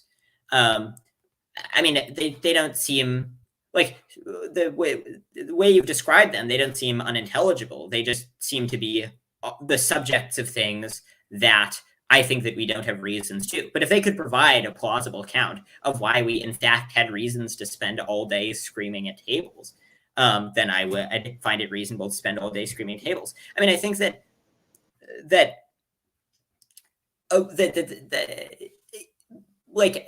think that to the extent that there is some concept that is the inability to define it precisely, given that that's true of, I think, nearly all philosophical concepts, to the extent that we think it both has explanatory power and it is intelligible to a large number of people, I would suspect most people. I don't have poll results for that, but then I think that puts it on distinct footing from some amorphous Zorpian reasons that are sort of ill-defined and that we just don't even know what we're talking about with Zorpian reasons. Sure. Keep in mind, I'm making a stronger claim. I'm not saying that it's unintelligible to me. I'm saying it's unintelligible, full stop. So that would mean that it's not intelligible to you or to any moral realist claiming that it's intelligible to them. So I think Parfit was conceptually confused. I think Humer is conceptually confused. I think all moral realists claiming that there are stance-independent normative facts and all people that believe that there are external reasons are conceptually confused. And I don't think that those things have any explanatory force. I don't think that they account for much of anything. I mean, one can propose them as explanations for the intuitions, but I don't think that's going to do a whole lot of explanatory work. And I think we could get a lot more of the work done by describing these people as mistaken and confused. I mean, I think that, so one point would be that to the extent that we find the concepts to be unintelligible, to us, I don't understand how we would draw the inference to it's unintelligible to the people who they're talking about. So suppose that we came across an alien civilization that was describing, some philosophical concept that we just, as humans, just had no understanding of. They were disputing whether they were Xerxianists or Phluginists. And as they might to explain the dispute, we just couldn't understand the dispute. I don't think that the correct inference from that would be that the dispute is certainly unintelligible. I think that the correct inference from that is that the dispute is confusing to us. But to the extent that even if we find the concept somewhat intelligible, if we saw that there was increasing convergence over time for I forget the names of the positions that I made up, the Zergianists position, and then we saw that the Zergianists there were certain predictions that would follow from that philosophical view, and they generally came true. And even if we find the concept somewhat conceptually confusing, I think they would be reasonable to accept it. And how reasonable it would be to accept it would depend on a variety of factors relative to how strong we think the evidence for it. And so I've tried to lay out a lot of the evidence for moral realism. And you've generally agreed that it's at least some evidence. You just disagree with me on the strength of the evidence generally. I can agree that I agree that there's evidence that people endorse a position that or a cluster of positions that are roughly categorized as moral realism. I don't know that there can be evidence in favor of something literally unintelligible. Like, I don't know what it would mean to say there's evidence of like, blah, blah, blah, like what would that mean? So I have to grant a sort of meta evidence. There's evidence that it appears that there may be evidence of moral realism, but since I don't think moral realism is intelligible, I'm not sure that there actually is. But what I think is going on when people talk about these stance-independent facts is that philosophers have sort of tricked themselves into constructing a mutually interdefining set of vacuous terminology that never makes any reference with reality or with the sort of web of concepts that one would accept on reflection. So one thing I could say is that if philosophers were fully rational and informed about the concepts and terms that they're employing, that they would recognize that moral realism is nonsense. And the way that this can happen is exactly this kind of thing that happens when I ask what a reason is and someone says it counts in favor. And then, if you get enough people to go, yeah, we know, we get it, it could create the impression that a bunch of people share a certain concept, that the concept is intelligible, and then the onus is on anyone challenging that concept to argue against it. But this, it could happen that philosophical disciplines could construct a set of terms and concepts that don't refer to anything in particular or aren't intelligible. And, generations of students are inducted into a particular method and way of thinking where they all agree on a certain set of concepts, but those concepts are all mutually interdefining and vacuous. So the way that this could work is, what is a reason? And a reason is something that counts in favor. What does it mean to count in favor? It means that you shouldn't do it. What does it mean that you shouldn't do it? It means it's bad. What does it mean that it's bad? It means it's morally wrong. What does it mean that it's morally wrong? It means you have a reason not to do it. And so you could get this loop of mutually interdefining terms where I say, what is X? You say, well, X is a Y. Well, what's a Y? Y is a Z. Well, what's a Z? A Z is an X. So those terms, they're not connected to the rest of our terms and concepts. And I think this is what's going on when you were talking about external reasons or these substantive notions of rationality that aren't instrumental rationality, or these notions of stance-independent normative facts. I think that they form a web of interdefining and incoherent terms and concepts that cannot be cashed out in a way that ever connects with reality in any substantive respect. There's this sort of adage from the less wrong community, and I know you're into the effective altruist stuff, so maybe you're familiar with him, that beliefs should pay rent. And I don't think that that realist beliefs pay any rent at all. I don't think they're doing any work. So, and that, I think that would be a good topic to get into next, after you have something to say to this.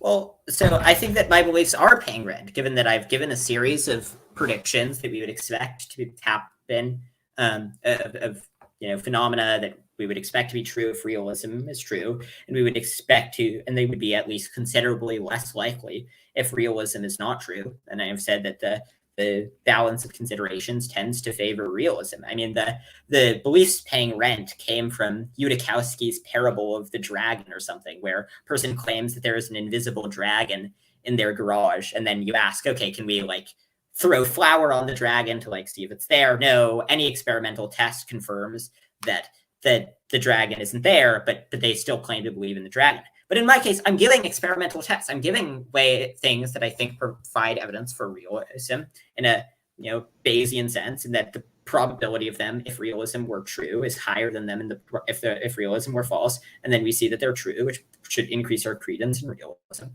And so I think in conjunction these end up favoring realism. Now, you said that you think that they form a web of sort of like confused terminology, but I mean, you could levy this objection to any philosophical discipline, right? You can You say could level that truth objection discipline to any. You could level this objection against any case in which a person's saying a bunch of unintelligible stuff. I could come in here and say flubles are zoobles and zoobles are snarks and snarks are flubles, and it's true that there are flubles, and because it's true that there are flubles, you have to scream at tables. And if you challenge that, I could say anyone could say this. Anyone could challenge these concepts as unintelligible. And if I get enough friends to agree with me, then like, what are you going to do? There's more of us than you. So who are you to challenge the consensus? You could do that for any position. I've given several symmetry breakers. So one is that I think that to the extent that it making sense to a vast number of people provides evidence for. I don't agree that it makes sense to a vast number of people. I agree that they claim that it makes sense, and I don't think they can make sense of it. And if they can, they're welcome to do so, but you can't make sense of it. You're not able to explain what a reason is. You say a reason counts in favor. What does that mean? Can you explain that, or are you just going to tell me it's primitive? Just all discourse around it. Things that are semantically primitive or is just like unintelligible? No, I haven't even thought about that. I'm specifically saying this sounds like nonsense to me. It sounds like moral realists are talking straight up nonsense, and if they're not talking nonsense, then they can explain it. You said that you're making predictions. I'm not sure that I buy. I mean, these mostly sounds like retrodictions, that you're saying that there's a certain set of observations that's consistent with a particular account of realism. But I mean, anybody at any time can make, I could render the facts consistent with like Thor, and Thor grounds more real. Like you can make any set of observations consistent with a particular theory if you're willing to make enough concessions. I don't know that, the belief that there are stance-independent moral facts, and that specifically that they're utilitarian in nature, is ever going to serve as like a productive, scientific theory that's going to help us make predictions in the future and lead to a productive research program. It's going to be moribund from the outset, because an anti-realist account of what people are doing can do the same job without positing extra facts. So I just don't see how realism has any advantage over anti-realism. It's just not doing any extra work. Well, so you're sort of oscillating between two claims. One is that realism is not doing explanatory work. One is that realism is unintelligible. So I think that the objection that you're levying can just be made around any discourse around things that are semantically primitive. So if we're talking about truth, you can ask, what's truth? Okay, corresponds to reality. What's reality? I mean, ultimately, it's gonna, if you have no concept of what's being talked about, it'll at some point seem to be just a tautologous cluster of incoherent concepts. But I think that I've given a couple of distinctions of how we distinguish nonsense from non-nonsense, and I think realism falls into the category of being the non-nonsense things, namely that there are certain phenomena that we would predict that would be more likely under realism. Those phenomena tend to be those phenomena generally are true. So now we can get into the question of whether or not realism best explains the sort of facts about the world. But that's sort of part, the fact that it's intelligible to a large number of people, or that a large number of people think that it's intelligible. You can obviously deny that it's intelligible to those people, but I mean, the truth denier could deny that it's intelligible to a large number of people. They could say, I don't think that people who claim that things are true even know what they're talking about. Sure, but wouldn't you and I would agree that person is asking a goofy question. So like, I already made the point though, which is that if we agree on certain primitive concepts, that doesn't require that I have to agree with you about other primitive concepts. So even if I grant that some concepts are primitive, and I don't even have a good example, I don't even know if truth is something that I would consider a primitive concept. Maybe it is. I'm just granting that for the sake of argument. Even if I grant that, you don't just get to help yourself to any primitive concepts you want just because there's a bunch of people that claim that they have those concepts. But I haven't claimed that I have, universal access to all primitive concepts. I've said that there are specific criteria that we use to see whether a primitive concept is legitimate, including whether or not it can make correct predictions about the world, whether or not it seems intelligible to a large number of people. And moral realism seems to work on those criteria. And then other concepts that we would want to say are incoherent, like glub-galosh, which is just some amorphous concept that we only explain by reference to a series of synonyms, is not coherent, namely that it doesn't seem to be coherent to a large number of people, and it does not seem to be able to make predictions. We have too many open threads here, so maybe we should tighten it up. Yeah, I'd be interested in discussing more about just the sort of the things about the world that we would expect if realism were true, and then see if that seems to factor into our best account of the world. So would you agree that if if utilitarianism were objectively true, that the findings that we see from dual process research would be more likely than if it were not true? I don't know. I don't have a strong stance on that. I don't know what the findings from dual process theory currently are. Well, so if the process of dual, if the findings from the dual process theory are that it seems like more careful reflection, and under less time pressure seems to lead to more utilitarian conclusions, which seems to be what we would expect if we were deriving utilitarianism through reasoning and figuring out facts about the world. It seems like if that were true, we would expect the findings of the dual process theory of morality to be true. It seems like the findings of the dual process theory of morality are true, which provides evidence for it.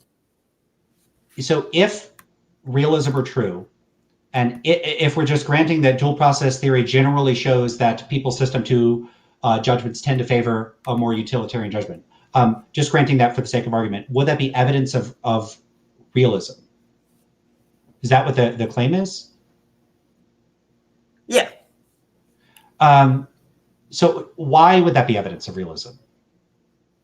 I'm not saying it's not. I'm just trying to see what your reasoning is here. Yeah. So the reasoning is that so if something is a truth that we can grasp through reason, then we would expect better reasoning to lead to more people grasping that truth. So much like we would expect more careful reasoning to people who are smarter and think more to be more likely to get the correct answer to algebraic questions. But we would expect that greater reasoning ability correlates more with getting the right answers to algebraic questions. That would be more expected than it correlating with changes in people's preferences about subjective things. So like the tastes of foods that they like. Then to the extent that greater reasoning ability allows us to figure out true things about the world, we would expect greater reasoning ability. If utilitarianism were a truth about the world that we could figure out through reasoning, then we would expect that greater reflection would lead to utilitarian conclusions. And then we see that ends up being the case. So if reflection led to greater endorsement of utilitarianism, would we predict that philosophers would be more inclined towards utilitarianism? I think that we would be slightly more like prone to expect that. I think that we would expect philosophers to be more utilitarian than we would otherwise expect. And I think that the fact that philosophers, the fact that philosophers are pretty split and not majority consequentialist, is some evidence against consequentialism.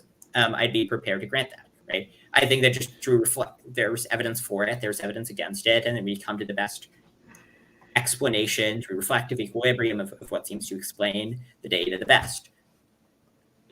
Yeah, so if you look at the Phil Papers 2020 survey, you get, for all philosophers, it's only 30.5% lean towards consequentialism, and only a subset of those are going to be utilitarians in particular. I don't know what proportion, and I don't know if they asked a separate question specifically about utilitarianism, but you have more people lean towards deontology all on its own, which is 32%, and more lean towards virtue ethics all on its own, it's 37%.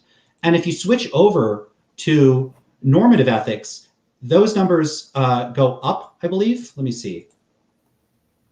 Yeah, so consequentialism doesn't change very much, but people become more confident of virtue ethics goes up to 38%, and deontology goes up to 41%. So the people that have reflected on morality the most, only a minority favor consequentialism, and at most, it would have to be the case that all of them would be utilitarians for you to even hit the 30% mark. I don't know what proportion are utilitarians, but even once you have that, then you're going to have all the different types of utilitarians. You're going to preference and average and negative. So you're going to have it can't just be utilitarianism is true. There's got to be a particular account of utilitarianism that's true.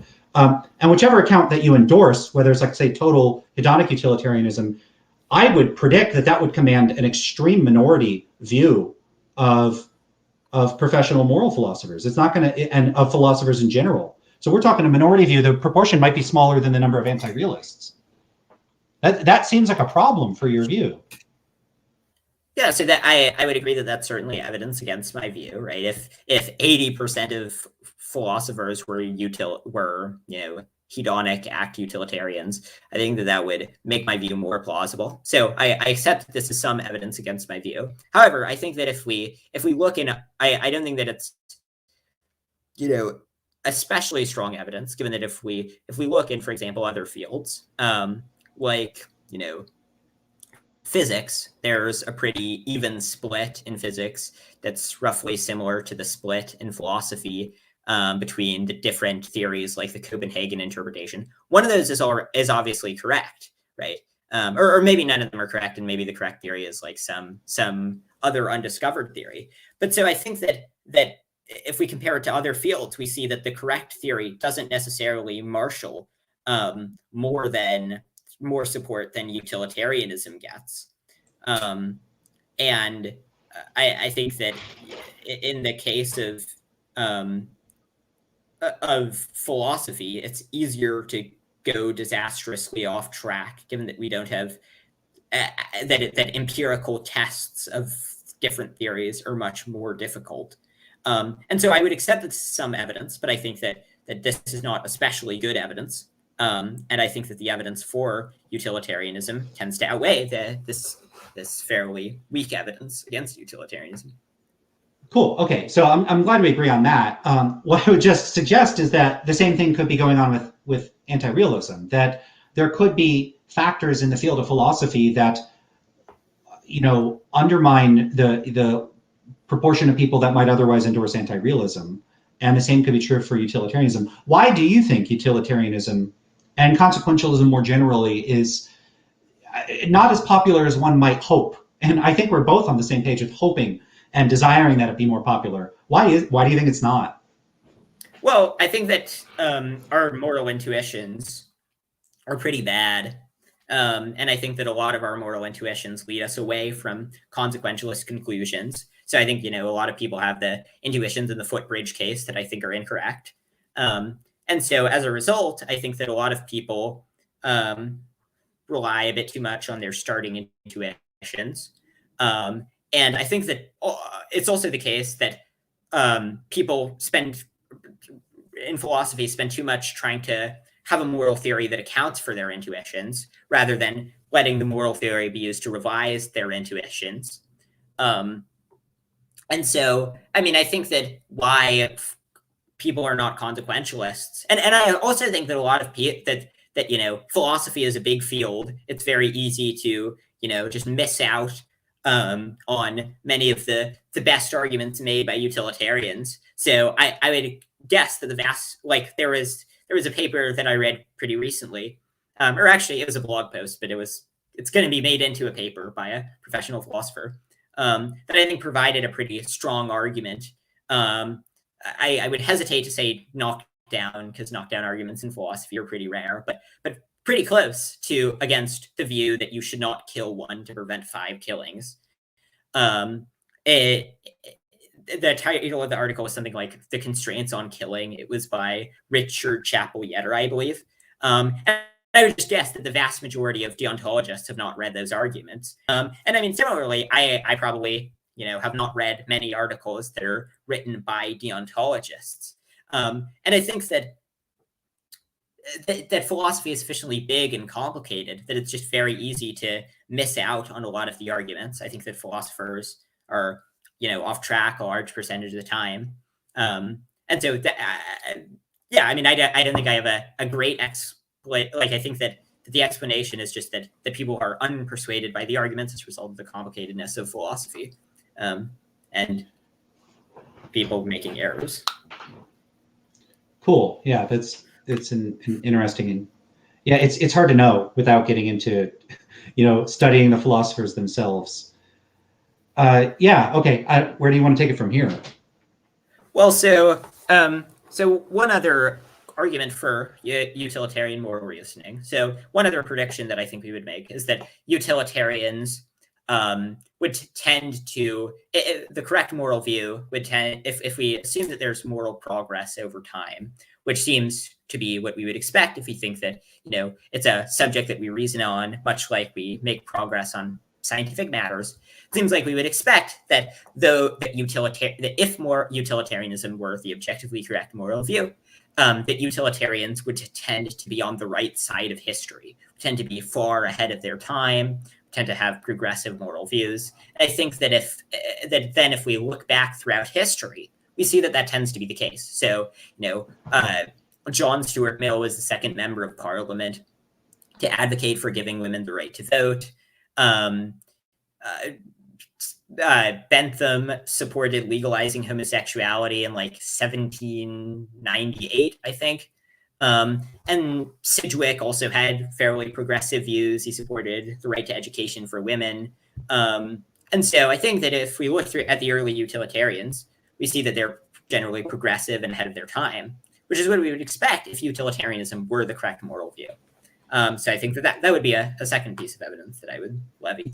Yeah, that seems so. I mean, it's what we would expect if it were true. That's assumed. I don't assume that there's been moral progress. Why would I assume that?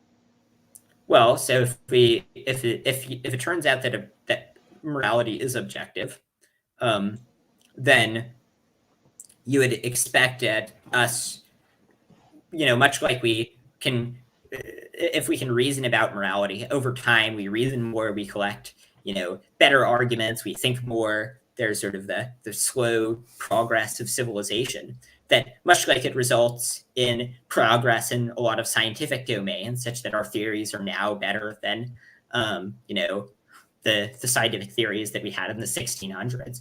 I think we would expect our moral theories to also progress and to improve. Right, but I wouldn't expect that. Why should I expect that? You're just saying that we should expect it. Why? Well, if it is a factual question, given that our factual, not a factual question in the most limited naturalist sense, but if a question in which we can learn things and form better beliefs. I think that we tend to, if we look at nearly every domain of human knowledge, tend to make factual progress over time. So if it were a factual question, we would expect there to be progress over time in this domain. Progress is presuming some sort of evaluative standard that would indicate that things have gotten better. It sounds like you're saying if it were true that there are moral facts and we that there would be progress. Assuming that there are moral facts, that people have access to the moral facts, and then over time people are converging on those standards, that would be evidence of progress. But is progress what you're trying to explain, or what you're using to explain as evidence for moral facts? In other words, is that the evidence, or is that the thing you're trying to provide evidence for? Well, so the evidence is that, so if utilitarian moral reasoning if utilitarianism were the objectively correct moral view, we would predict that utilitarians would tend to be far ahead of their time. So the moral claims that they make would be recognized years later as being correct, given that this if utilitarianism is true, then that would entail moral realism being true. So there's progress. So we would expect there to be progress over time. And so if utilitarian moral reasoning is true, we would expect there to be progress over time consistent with the predictions of the early utilitarian, with the sort of early moral claims made by the utilitarians. Then when we see that moral progress does seem to lag behind what utilitarians are saying, that would be a thing that we would predict if utilitarian moral realism were true. And that seems to be a thing that is in fact true. So that seems to be another phenomena. But it seems that's just as consistent with anti-realism. So the anti-realist would say that if people tend to converge on shared values over time for reasons unrelated to the detecting of stance-independent moral facts, that in retrospect, they would look back on people that agreed with them as being correct. Of course they would. I agree with Bentham and Mill, but I don't have to think that they were like objectively correct. So if over time society tends to, like, whatever sociological and psychological and anthropological forces drive people towards a convergence in their values, of course they're going to look back and reflect on people that had those values early on and say, yeah, they had the right values, even in an anti-realist sense. So it just seems equally consistent with anti-realism. Like, nothing about anti-realism entails that people shouldn't tend to converge on the same values over time. Right. I'm not saying that doesn't make a prediction against that. Anti-realism.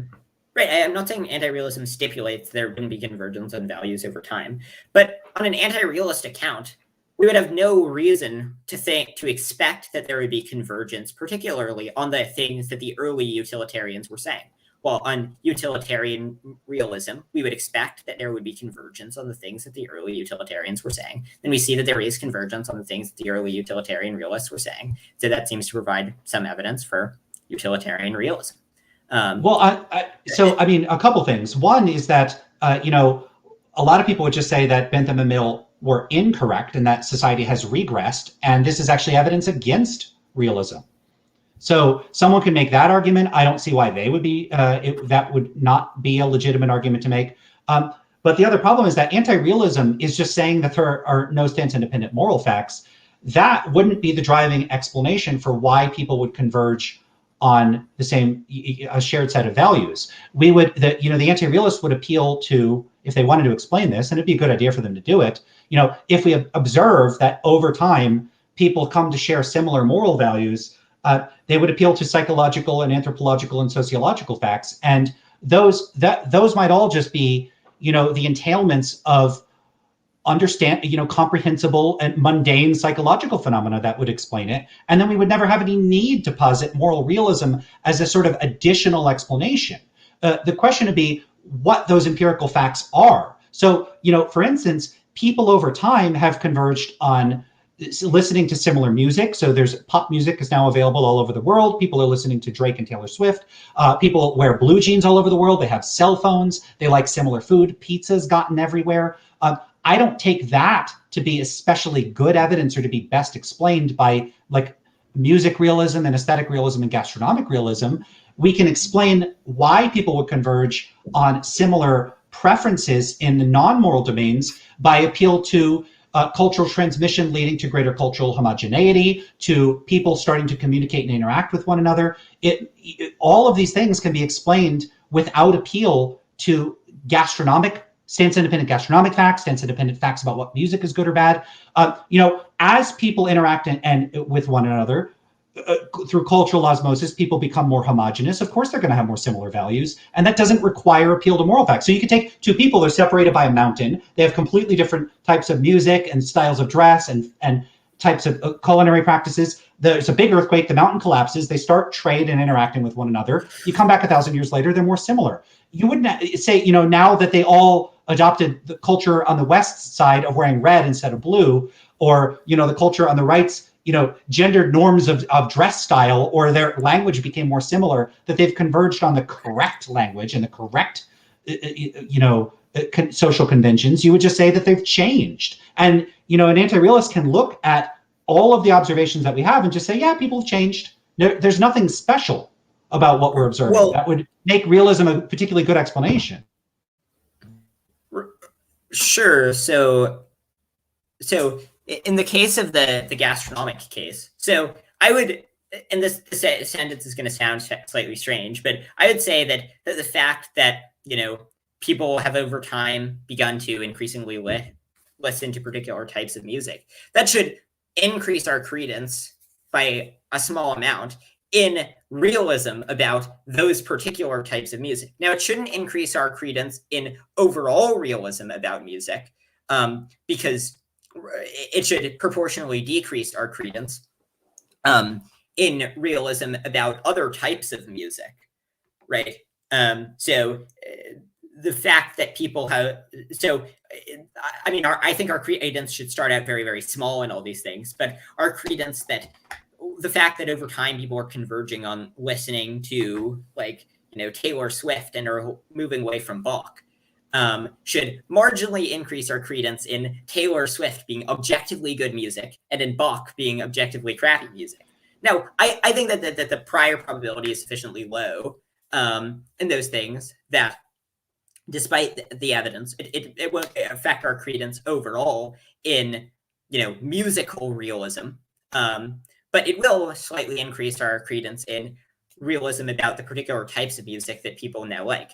But to the extent that we have reasons to think that, so I think that analogously, this should increase our credence in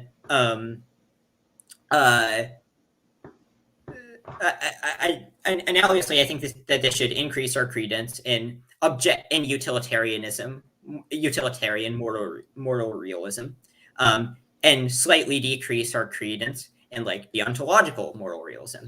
But the distinction is to the extent that our starting probability in utilitarian moral realism was considerably higher than our starting probability in deontological moral realism, which I think it should be for a variety of reasons of sort of, I think, very persuasive arguments against deontology.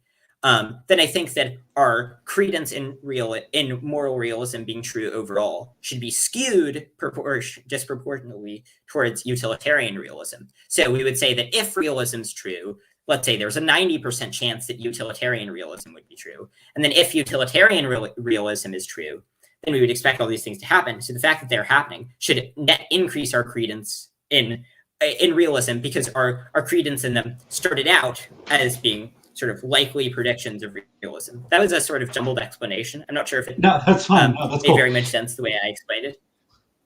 So, this is one of my concerns. There's a cool paper by Don Loeb on gastronomic realism.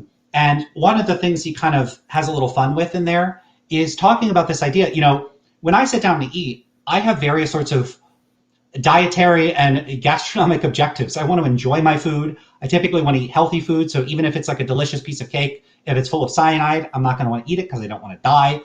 So I have various sorts of goals when I'm making a decision to eat food.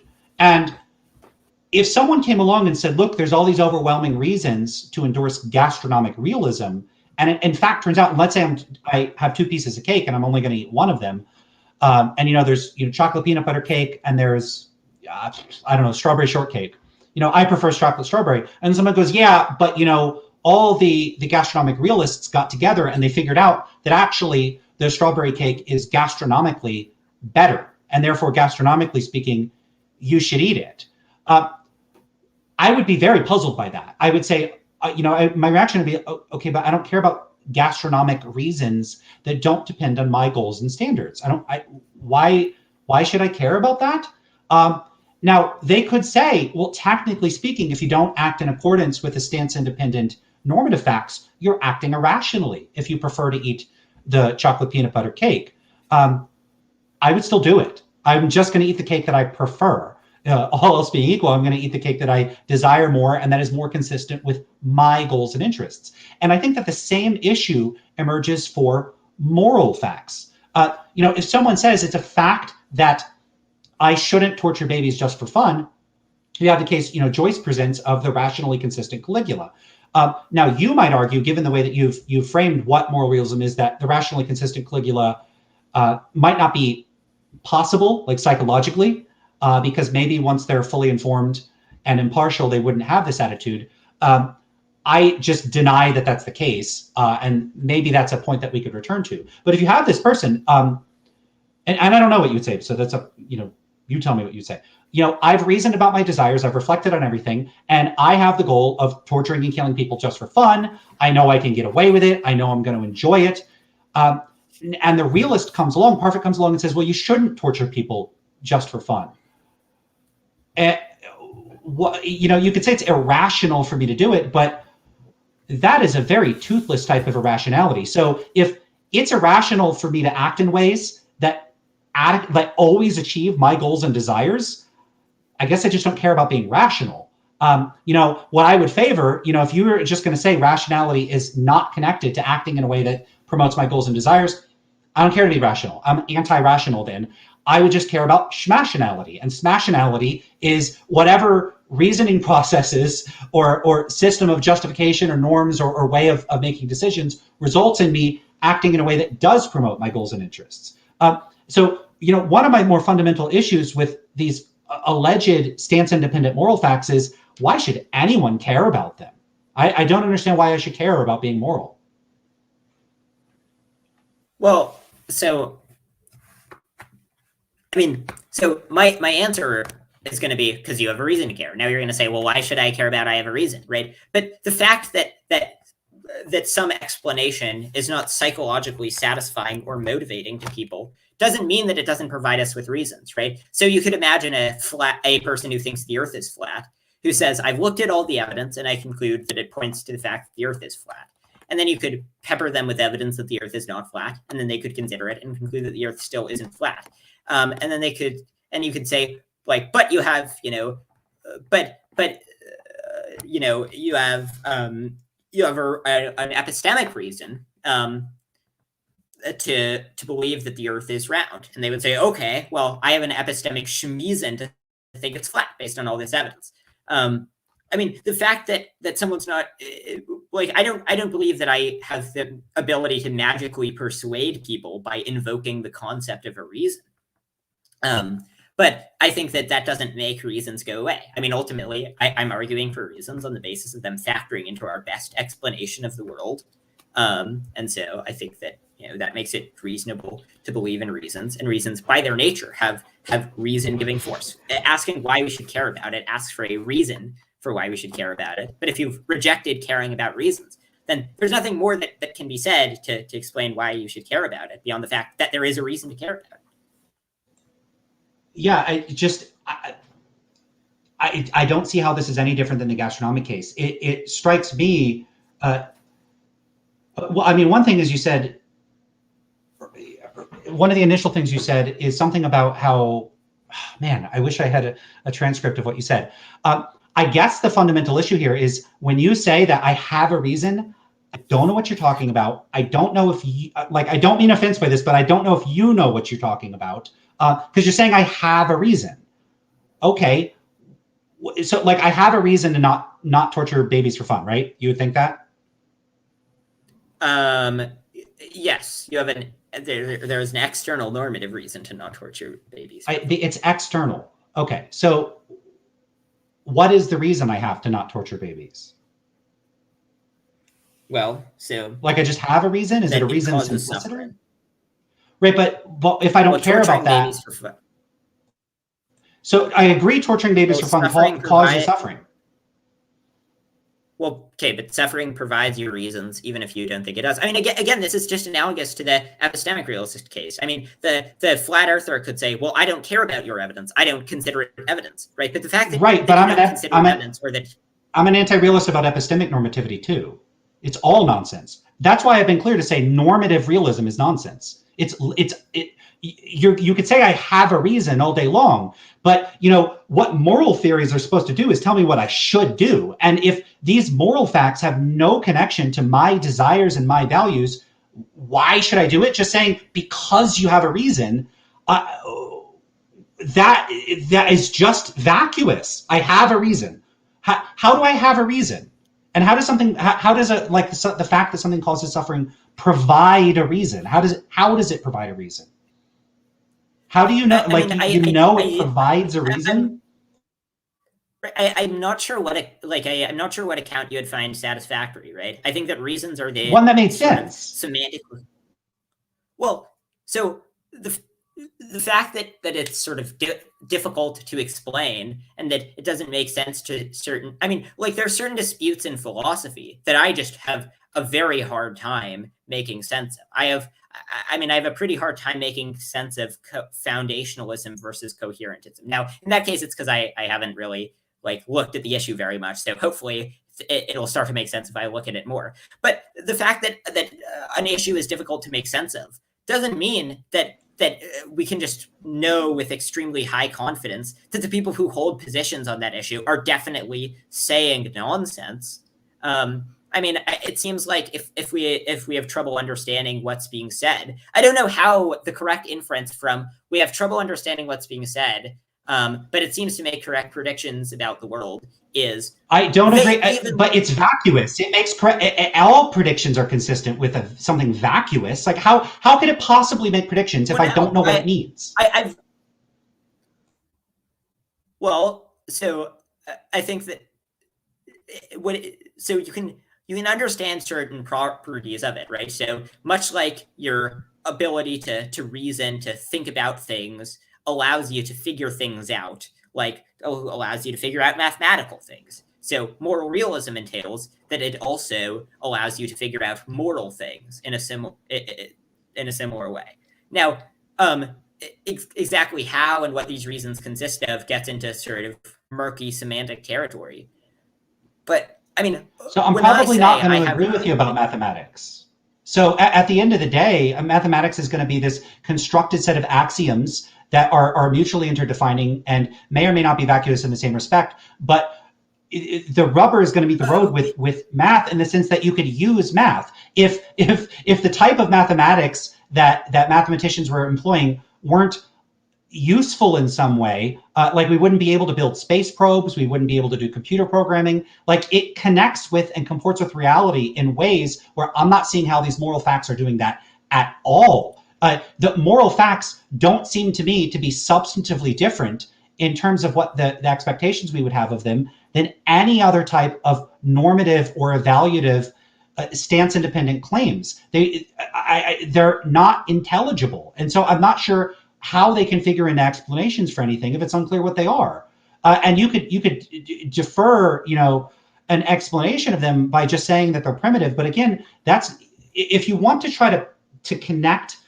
So if there's some set of claims that are primitive that we agree are true, I'm granting that there could be primitive concepts. I'm not saying that because someone is saying they can't explain what it is or it's primitive, therefore it's unintelligible. What I'm saying is that if we agree that if there's some set of claims that are unintelligible, if there's some set of claims and you're not able to offer an intelligible explanation of them, a couple things follow from that. One is that I don't have any particular reason to take them seriously. But the second is that we're going to have to get into whether they're doing any explanatory work, whether they're actually making predictions. You're claiming that they do, but I'm not granting that. So you're saying that certain sorts of things would be consistent with them.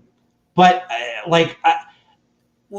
I'm not sure that I mean, it's not merely that things would be consistent with them. It's that the probability of things, if they were true, are higher than the probability of things if they were not true. So I've previously granted you that there is some evidence against moral realism, right? I granted, or against at least, well, I think that there is evidence against moral realism. But I mean, the fact that philosophers are sort of pretty split between consequentialism, deontology, and virtue ethics, and other. That's some evidence. I think that the balance of evidence favors the dual process theory, but there is some evidence against the dual process theory. So, for example, there was one study that found that people with ADHD were no more likely to be utilitarian than the general public, or no less likely, which if people with ADHD are more impulsive, and so you would expect them to reflect slightly less and to be less utilitarian. So there is some evidence. So I've granted you that there are certain predictions that moral realism would make, and if it turned out that the dual process theory were false, that would provide evidence against utilitarianism. If it turned out that utilitarians were not generally ahead of their time, so if it turned out that the things that utilitarians care about now that 500 years from now, we still don't care about animal rights. Philosophers don't really care, like that most philosophers who have studied the issue don't think we should accept the repugnant conclusion, that a variety of other that the moral claims made by utilitarians are not what most philosophers think 500 years from now. That would be evidence against utilitarianism. So the difference between it and if you had gastronomic realism and you were able to make a series of correct predictions from gastronomic realism that could not be made by other theories, then with gastronomic realism, I don't think it doesn't seem unintelligible. It just seems false. Like, it seems like gastronomic realism would say that there's some part of taste that there are some tastes that are objectively good, such that upon reflection, we would, consider some tastes better than others, independent of the tastes that we actually like. And that seems like a very strange claim. I don't understand how some gastronomically, like, I don't understand how it could happen, like how you could have anything that would be gastronomically real. But I think I at least understand what's being talked about. It seems to be more substantive than just making a grunting noise. It strikes me as utterly unintelligible. The fact that something is gastronomically better, and then therefore provides a gastronomic reason for you to consume whatever food it is, just strikes me as vacuous nonsense. I don't think it's the case that I have a reason to do whatever is gastronomically good or bad or right or wrong. And just the same, I have no idea what it would mean for there to be a moral fact that I should or shouldn't do something. I don't know what that means. And it's not just the case, because you keep saying it's difficult to explain. It's not just difficult to explain, it's apparently literally impossible to explain. And it's not just you that can't explain it.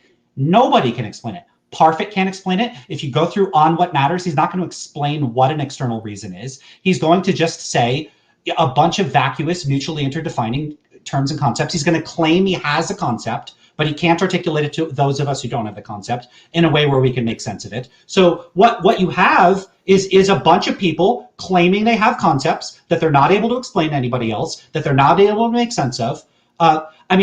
You could say that your particular account is consistent with make certain sorts of predictions, but anyone could propose a different moral account and say the predict. So if I'm a deontologist, I'm going to say, the fact that the modal response on the Phil paper survey favors deontology is evidence that deontology is correct. But all of these different positions fluctuating in the proportion of people that endorse them, we don't need to invoke the idea of stance-independent normative facts to explain are moral facts causing people to agree with the facts? I think that they are. Yeah, I think that they're how. I think that through reasoning we can figure out moral facts. I mean, the same way that the way that we do philosophical reasoning, right? I mean, the way that that initially philosophers are generally anti-repugnant conclusion, but after they reflect a lot and think about the principles involved, the repugnant conclusion starts, a much larger percentage of philosophers seem to accept the repugnant conclusion after thinking about it a lot.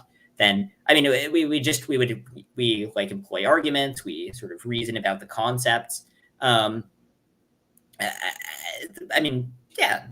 same way that we do other. But I've reasoned about this, and I've reasoned about it, and I've concluded that moral realism is false. So what mistake am I making? Well, so I think that you're making a mistake similar to the mistake that you would be making, that anyone who holds a false view of the world is making. I think that if we reflect more and think about all the phenomena that it explains, then moral realism, then we'll conclude that moral realism is correct. So I have more considerations that I think count in favor of moral realism. So one other one would be that I think that if utilitarianism were objectively morally correct, one other thing that we would expect would be that in a variety of cases where utilitarianism's conclusions seemed initially unintuitive, after careful reflection, we would start to accept many of those conclusions. So, and I've written like 50, like 40 pages where I go through, I think, 12 different thought experiments, including the repugnant conclusion, the torture versus dust specks one. Are you familiar with that one? Mm-hmm. Yeah. Actually, I'll just explain for the audience if they don't know. You're freezing up a little bit, but you're giving the dust speck explanation. Okay. Yeah. You're freezing up real bad. So the torture. Oh.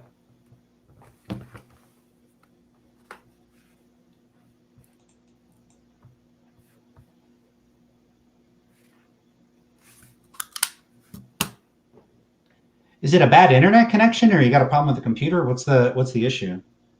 Yeah, I think it's a bad internet connection, unfortunately.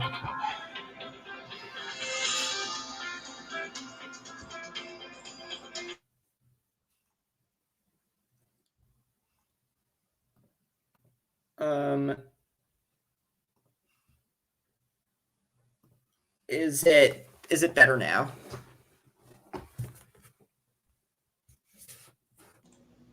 Sorry, had a phone call. No, it doesn't seem a whole lot better. I'll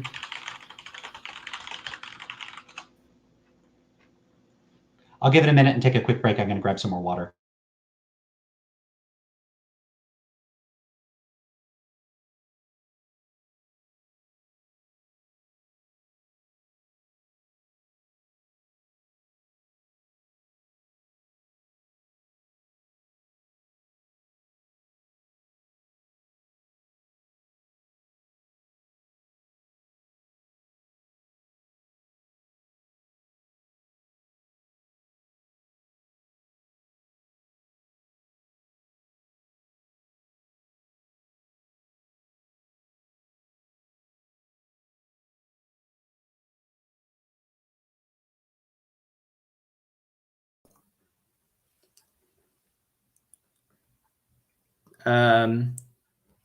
Is it better now?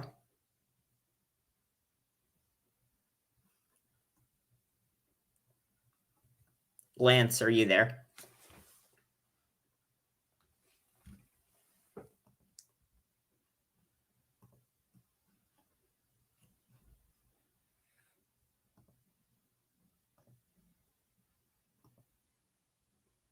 Sorry, give me one more second. Got to fill my drink. Oh, yeah, no problem.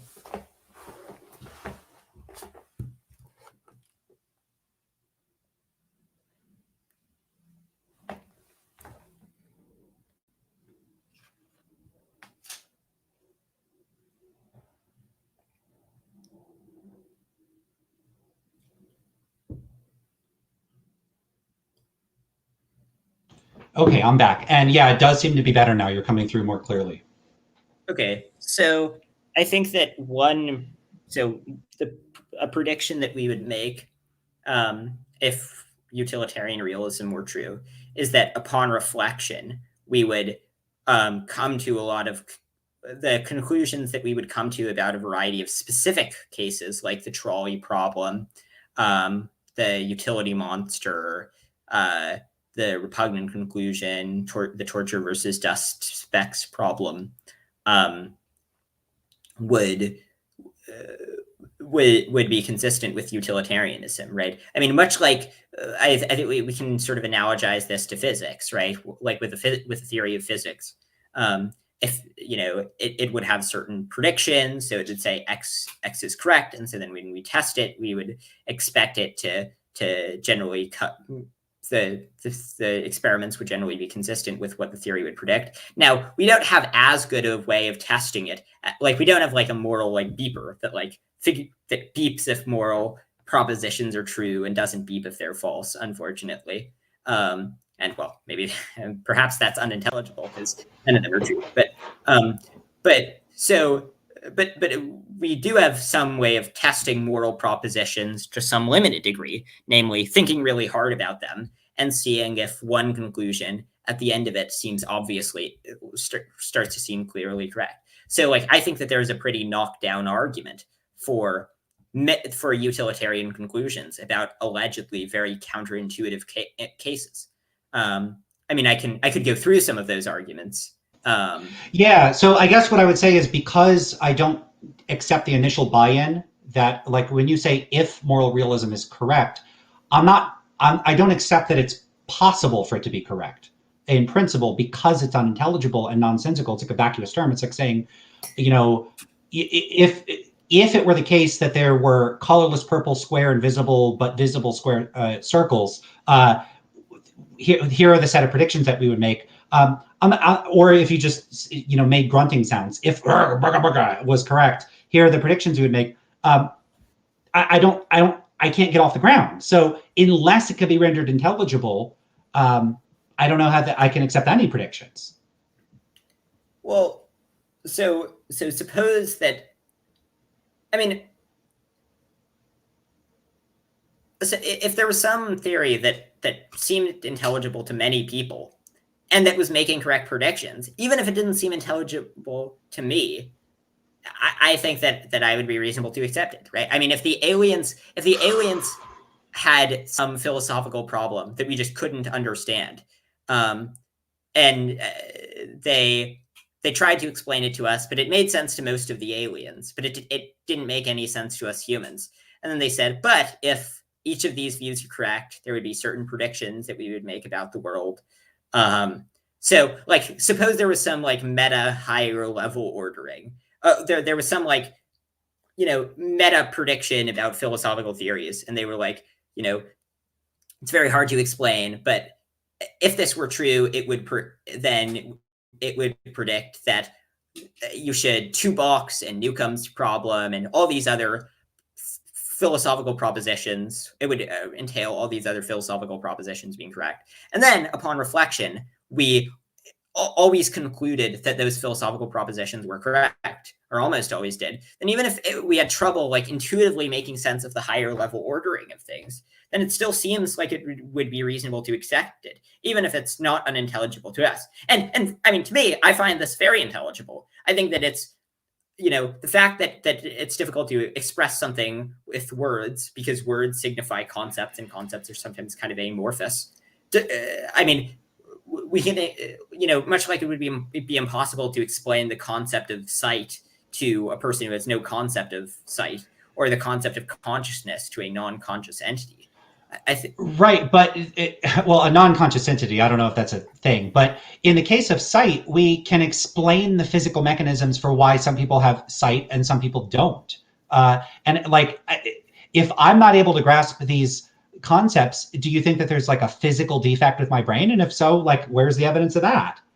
And you have to. I don't think it's a fit. I mean, I don't think that it's a physical defect with your brain. I mean, I think that philosophical concepts are weird and amorphous, and there are some philosophical disputes that I find just wholly unintelligible. And so generally, I defer judgment on the philosophical disputes that I find unintelligible. I don't think that that's because I have like brain damage. I just think that it's a fact about philosophical terms being sort of weird, ambiguous, and confusing, and language being an imperfect medium for communicating things. So it's very difficult to express the concept of a reason.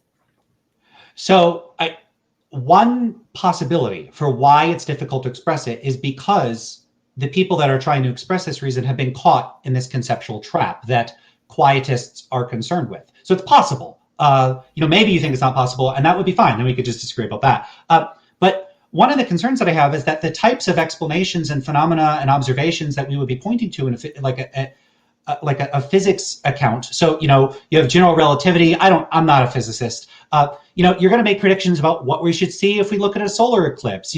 There's going to be all these phenomena like out there in the world, independent of humans and human behavior, that we can make accurate predictions about. When it comes to the account of, like, there's evidence of utilitarianism being the correct moral theory, ultimately that's all being cashed out with the observations we're looking at now in terms of the attitudes, values, and positions that humans converge on. So in principle, we could encounter an alien civilization that's gone through the same process. They develop their own, philosophical system. They employ many of the same mechanisms. I would expect those aliens to converge on a pretty similar account of physics and chemistry and biology. They're going to discover natural selection. They're going to discover, like what argon is. They're going to agree on the mass differences between like carbon and oxygen and hydrogen.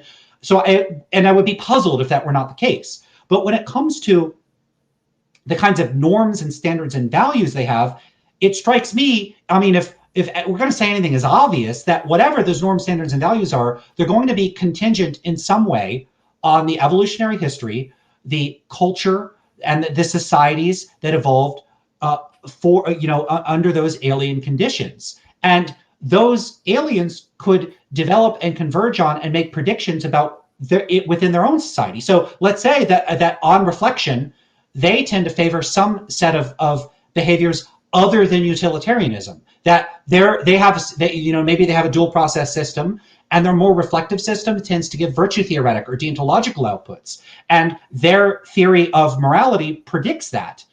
Now there would be evidence in favor of that being the correct moral theory. Or they might not even have a moral theory. They could have a Zoral theory or a schmoral theory. And that theory predicts various sorts of attitudes within that society. Well, so now we would have on Earth, we have all this evidence for moral facts, and then on that planet they have all these evidence for Zoral facts. If we encountered those aliens, what would you do with all that evidence? So let's just say we meet aliens that have equally good evidence for schmoral facts as you do for moral facts. How would you respond to that? Yeah, so so what is a schmoral fact? It's a sui generis body of normative facts that dictate what is schmorally good or bad and what we schmorally should or shouldn't do. Okay. And so do schmoral facts have reason giving force? Sure. According to these aliens, let's say that they do think okay, they sure. have reason giving force. So I would consider the arguments provided by those aliens and see if schmoral facts, it seems like they would be a category of moral facts and that they would factor into our best account of the world. And if they had a dual process, like a dual processes that converged on,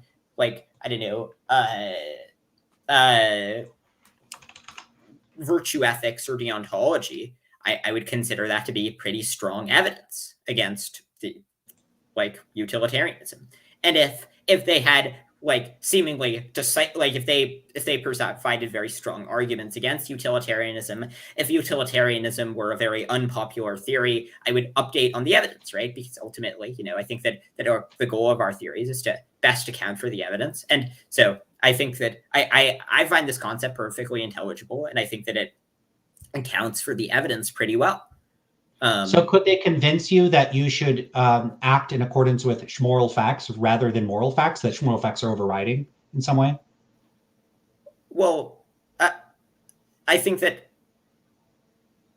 schmoral facts would, by definition, if I should act in accordance with them, they would by definition be a type of moral fact, right? They're the types of things that I should care about. But if they provided strong reasons to think that, I should spend my days shouting at tables, I mean, the bar would be pretty high to prove that. But I'm perfectly willing to admit that, if the evidence were strong enough, I would spend my days shouting at tables. Why? Why would you shout at tables? Well, do you want to shout at tables? I don't want to shout at tables, but so why would you do it?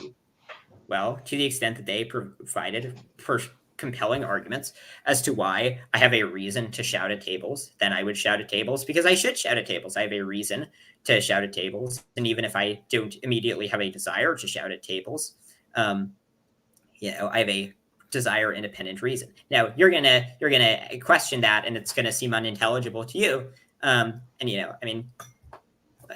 We're just back at sort of the intelligibility question. Sure. So what if we had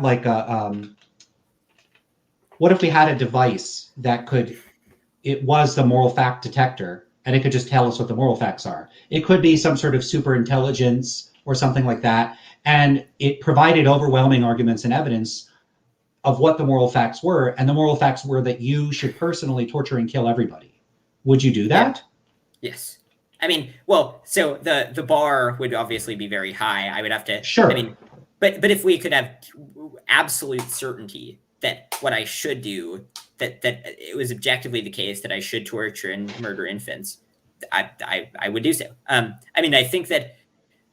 I mean, it's perhaps slightly more complicated because we might have like higher order heuristics where like even if it seems to be the case that you should do X, if X seems to fall into a category of obviously bad things.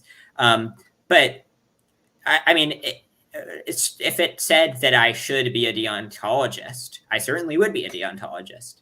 And so, I mean, I think that that sounds counterintuitive, but I mean, suppose that you had I don't think that it is counterintuitive when we just think about how strong of evidence this moral fact detector is, right? I mean, similarly, right, if you had a button that you pressed it and it informed you that the Earth is flat, and that nearly every fact that you know is incorrect, and that reality is actually just entirely explained by the Flat Earth Society's views about things.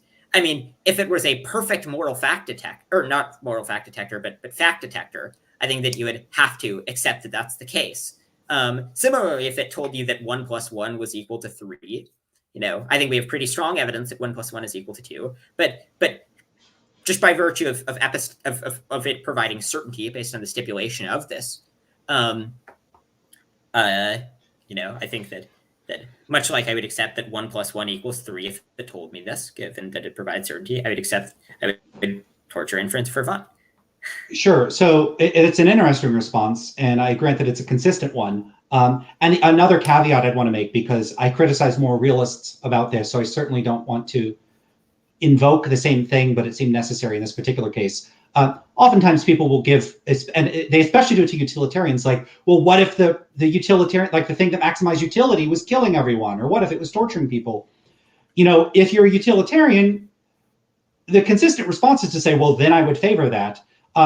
Often I think people make the inappropriate move of then implying that therefore you're sympathetic to or like the idea of killing or enslaving or torturing people. And to anyone listening to this, I absolutely do not want to give that impression at all. I am not implying that utilitarians, especially because I'm very sympathetic to utilitarianism, are psychopathic or dangerous or violent or like doing those things. It's a term I call normative entanglement, where people entangle normative considerations and they sort of embed them in meta-ethical claims to make it seem like if you accept the meta-ethical implications, that you must accept the normative implications.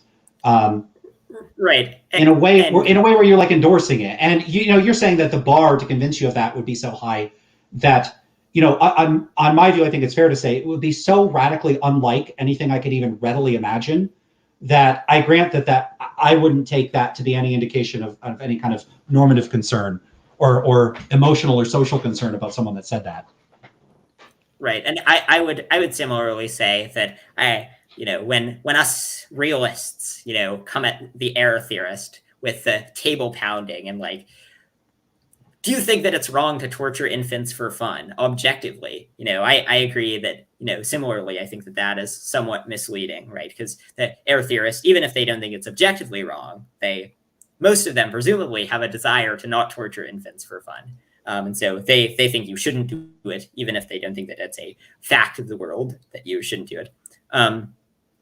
But yeah, I mean, given that I think I see moral facts as similar to other facts about the world that we can establish through reason, that would be my response. I mean, I think similarly, if it turned out that on your current sets of values, that a better way of achieving them was to torture infants for fun, then similarly, presumably, you would want to torture infants. Yeah, I would have to. Like, it would be right. It would be weird for me to say, if it were consistent with my goals and desires to torture babies, that given that I'm claiming only to be motivated and interested in acting in accordance with my desires, that I wouldn't do it anyway. That's weird. That would just be a nonsense. So sure. So I think that the parity even works in the case of anti-realists. What I would say though is at the end of the day, you made this analogy to a flat Earth. Well, I do want to know what's true. And so I would believe that the Earth is flat if there were like a button I push and it tells me what the facts are. But normative considerations are fundamentally different from descriptive considerations. At the end of the day, I am not interested in acting in accordance with whatever the putative moral facts are. I'm only interested in acting in accordance with my values, whatever they are. And it may be that on reflection, those values would change, and that's fine. That's still consistent with anti-realism. You're just going to get some sort of, humane constructivism or something would be consistent with my views. That's fine. But at the end of the day, I'm not interested in doing that. And I find it deeply puzzling that someone would be. And, that's one of my deepest concerns about moral realism, is that it just seems to me, it strikes me as inert with respect to trying to prescribe actions. It's supposed to tell me what I should do. And I just don't care about doing things that are not consistent with my values and my goals. I just don't want to. So at the end of the day, it just doesn't seem to have any force. To the extent that utilitarianism tells you what you should do, then the fact that you don't care about what you should do, it's always possible to not care about information provided, right? So if we're provided with, suppose that we have this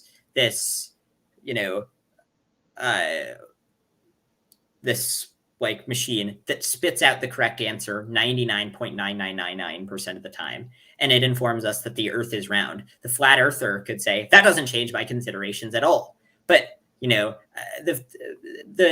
fact that an argument is not personally convincing to you is not a problem with the argument, right? To the extent that it is objectively the case that you should, care about the reasons that you have, even if you don't, that's not a problem. Yeah, but I don't think it's a case that I should. The thing is, I'm also an epistemic. It is by definition. So, wait, sorry, what? It is by definition the case that you should care about it, right? That I should care about what? About moral reasons. Yeah, so that's where I would just say I don't think that makes any sense. I should care about them. Right. What do you mean I should care about them? Well, you have a reason to care about them. Well, what does that mean? So we're just going to hit the same bedrock over and over. One thing I want to add is I do think that there's a sort of genealogical story to tell here about the origins and nature of morality. So my general attitude is that this idea that there are moral facts and considerations is not even a cultural universal among humans. So what I suspect happened is that certain sorts of historical contingencies, specifically related to monotheism, Judeo-Christian religion, and Western philosophy, led to this idea that there's this sort of Manichaean dichotomy between what's right and wrong, what's good and bad, these sort of fundamental essential forces of light and darkness, this sort of opposition that's very dichotomous in nature. And that sort of account, that conception of viewing the world in terms of these dichotomous terms of there being a good and a bad, passed through generations of weird society, Western educated, industrialized, rich and democratic, and Western society more generally, through the Roman Empire, on through the Byzantines, on through the Middle Ages and the Renaissance. And there's this lingering sense of there being a sort of sense that there's this right and wrong that initially was grounded in theology and spiritual and religious concerns. And that as those have started to recede, as the world has become more secularized, that sense of seeing the world in that way has continued in the way that Western people think about normative considerations. There is at least some empirical evidence that the normative distinctions that Western societies draw are not uniform across and within those societies, and they may be absent from other cultures. And what I suspect happened is that this has endowed people with this sense, this tendency to make these right-wrong distinctions that are sort of untraced from their source. There's this residual sense that things are right and things are wrong. And you could tell a sort of parable about how this could have happened in a different sort of culture or society. There could be a famous monarch who had certain sorts of attitudes, that things were, monarchian when they were inconsistent with their attitudes and anti-monarchian when it was things they didn't like. And this could get passed through the generations. And initially, these were just a bunch of social norms that were constructed, and they were just facts about what was and wasn't consistent with this monarch's attitudes and values. But after a couple thousand years, if people could lose that trace, they could lose that sense. And if you're inculcated from a very young age to view things that way, some things are, monarchical and some things are anti-monarchical, that can seem very intuitive, very compelling, even if it's not the case. And I suspect that this is what has happened with people that are disposed towards moral realism. As a final point, I'd add on that, because there is other empirical research that I think supports this view. Some cultures may not lexicalize distinctively moral terminology, and there's little evidence of a uniform and pan-cultural tendency for people to distinguish putative moral norms from non-moral norms in a way that allows us to draw this principal distinction between moral norms and non-moral norms. And so what I would say is, I suspect that the category of morality itself is socially constructed. It's not a natural kind. There isn't really any such thing as moral norms, and that all we're really dealing with here is a sort of linguistic tag people assign to certain sorts of considerations they care about and that they've been enculturated with, or that they're psychologically disposed to care about, to assign or label those to be moral. But there's no substantive principle distinction between moral and non-moral considerations. So what I would say is that I'm not just an anti-realist about moral facts. I'm also a quietist about the concept of morality. I don't think there's any unified concept of morality. And so I also do think that if we start appealing to inference to the best explanation, we're looking at what are the best explanations for what's going on here. These sorts of psychological and genealogical explanations can account for why people think there are moral facts, why people think in moral terms at all.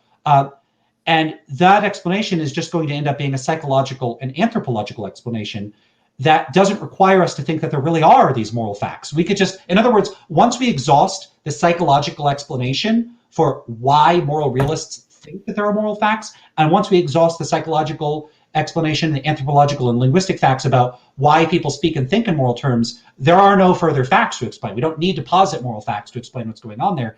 In the same way that we don't need to posit the notion that there are intrinsically taboo actions, or to make sense of the terminology that people found in the South Pacific when they encounter people from Fiji. When you move further outward in Hawaii, they had various sorts of terminology for taboos. I don't think we need to posit that some things really are taboo or not taboo. We can just offer an anthropological explanation for that. Right. I mean,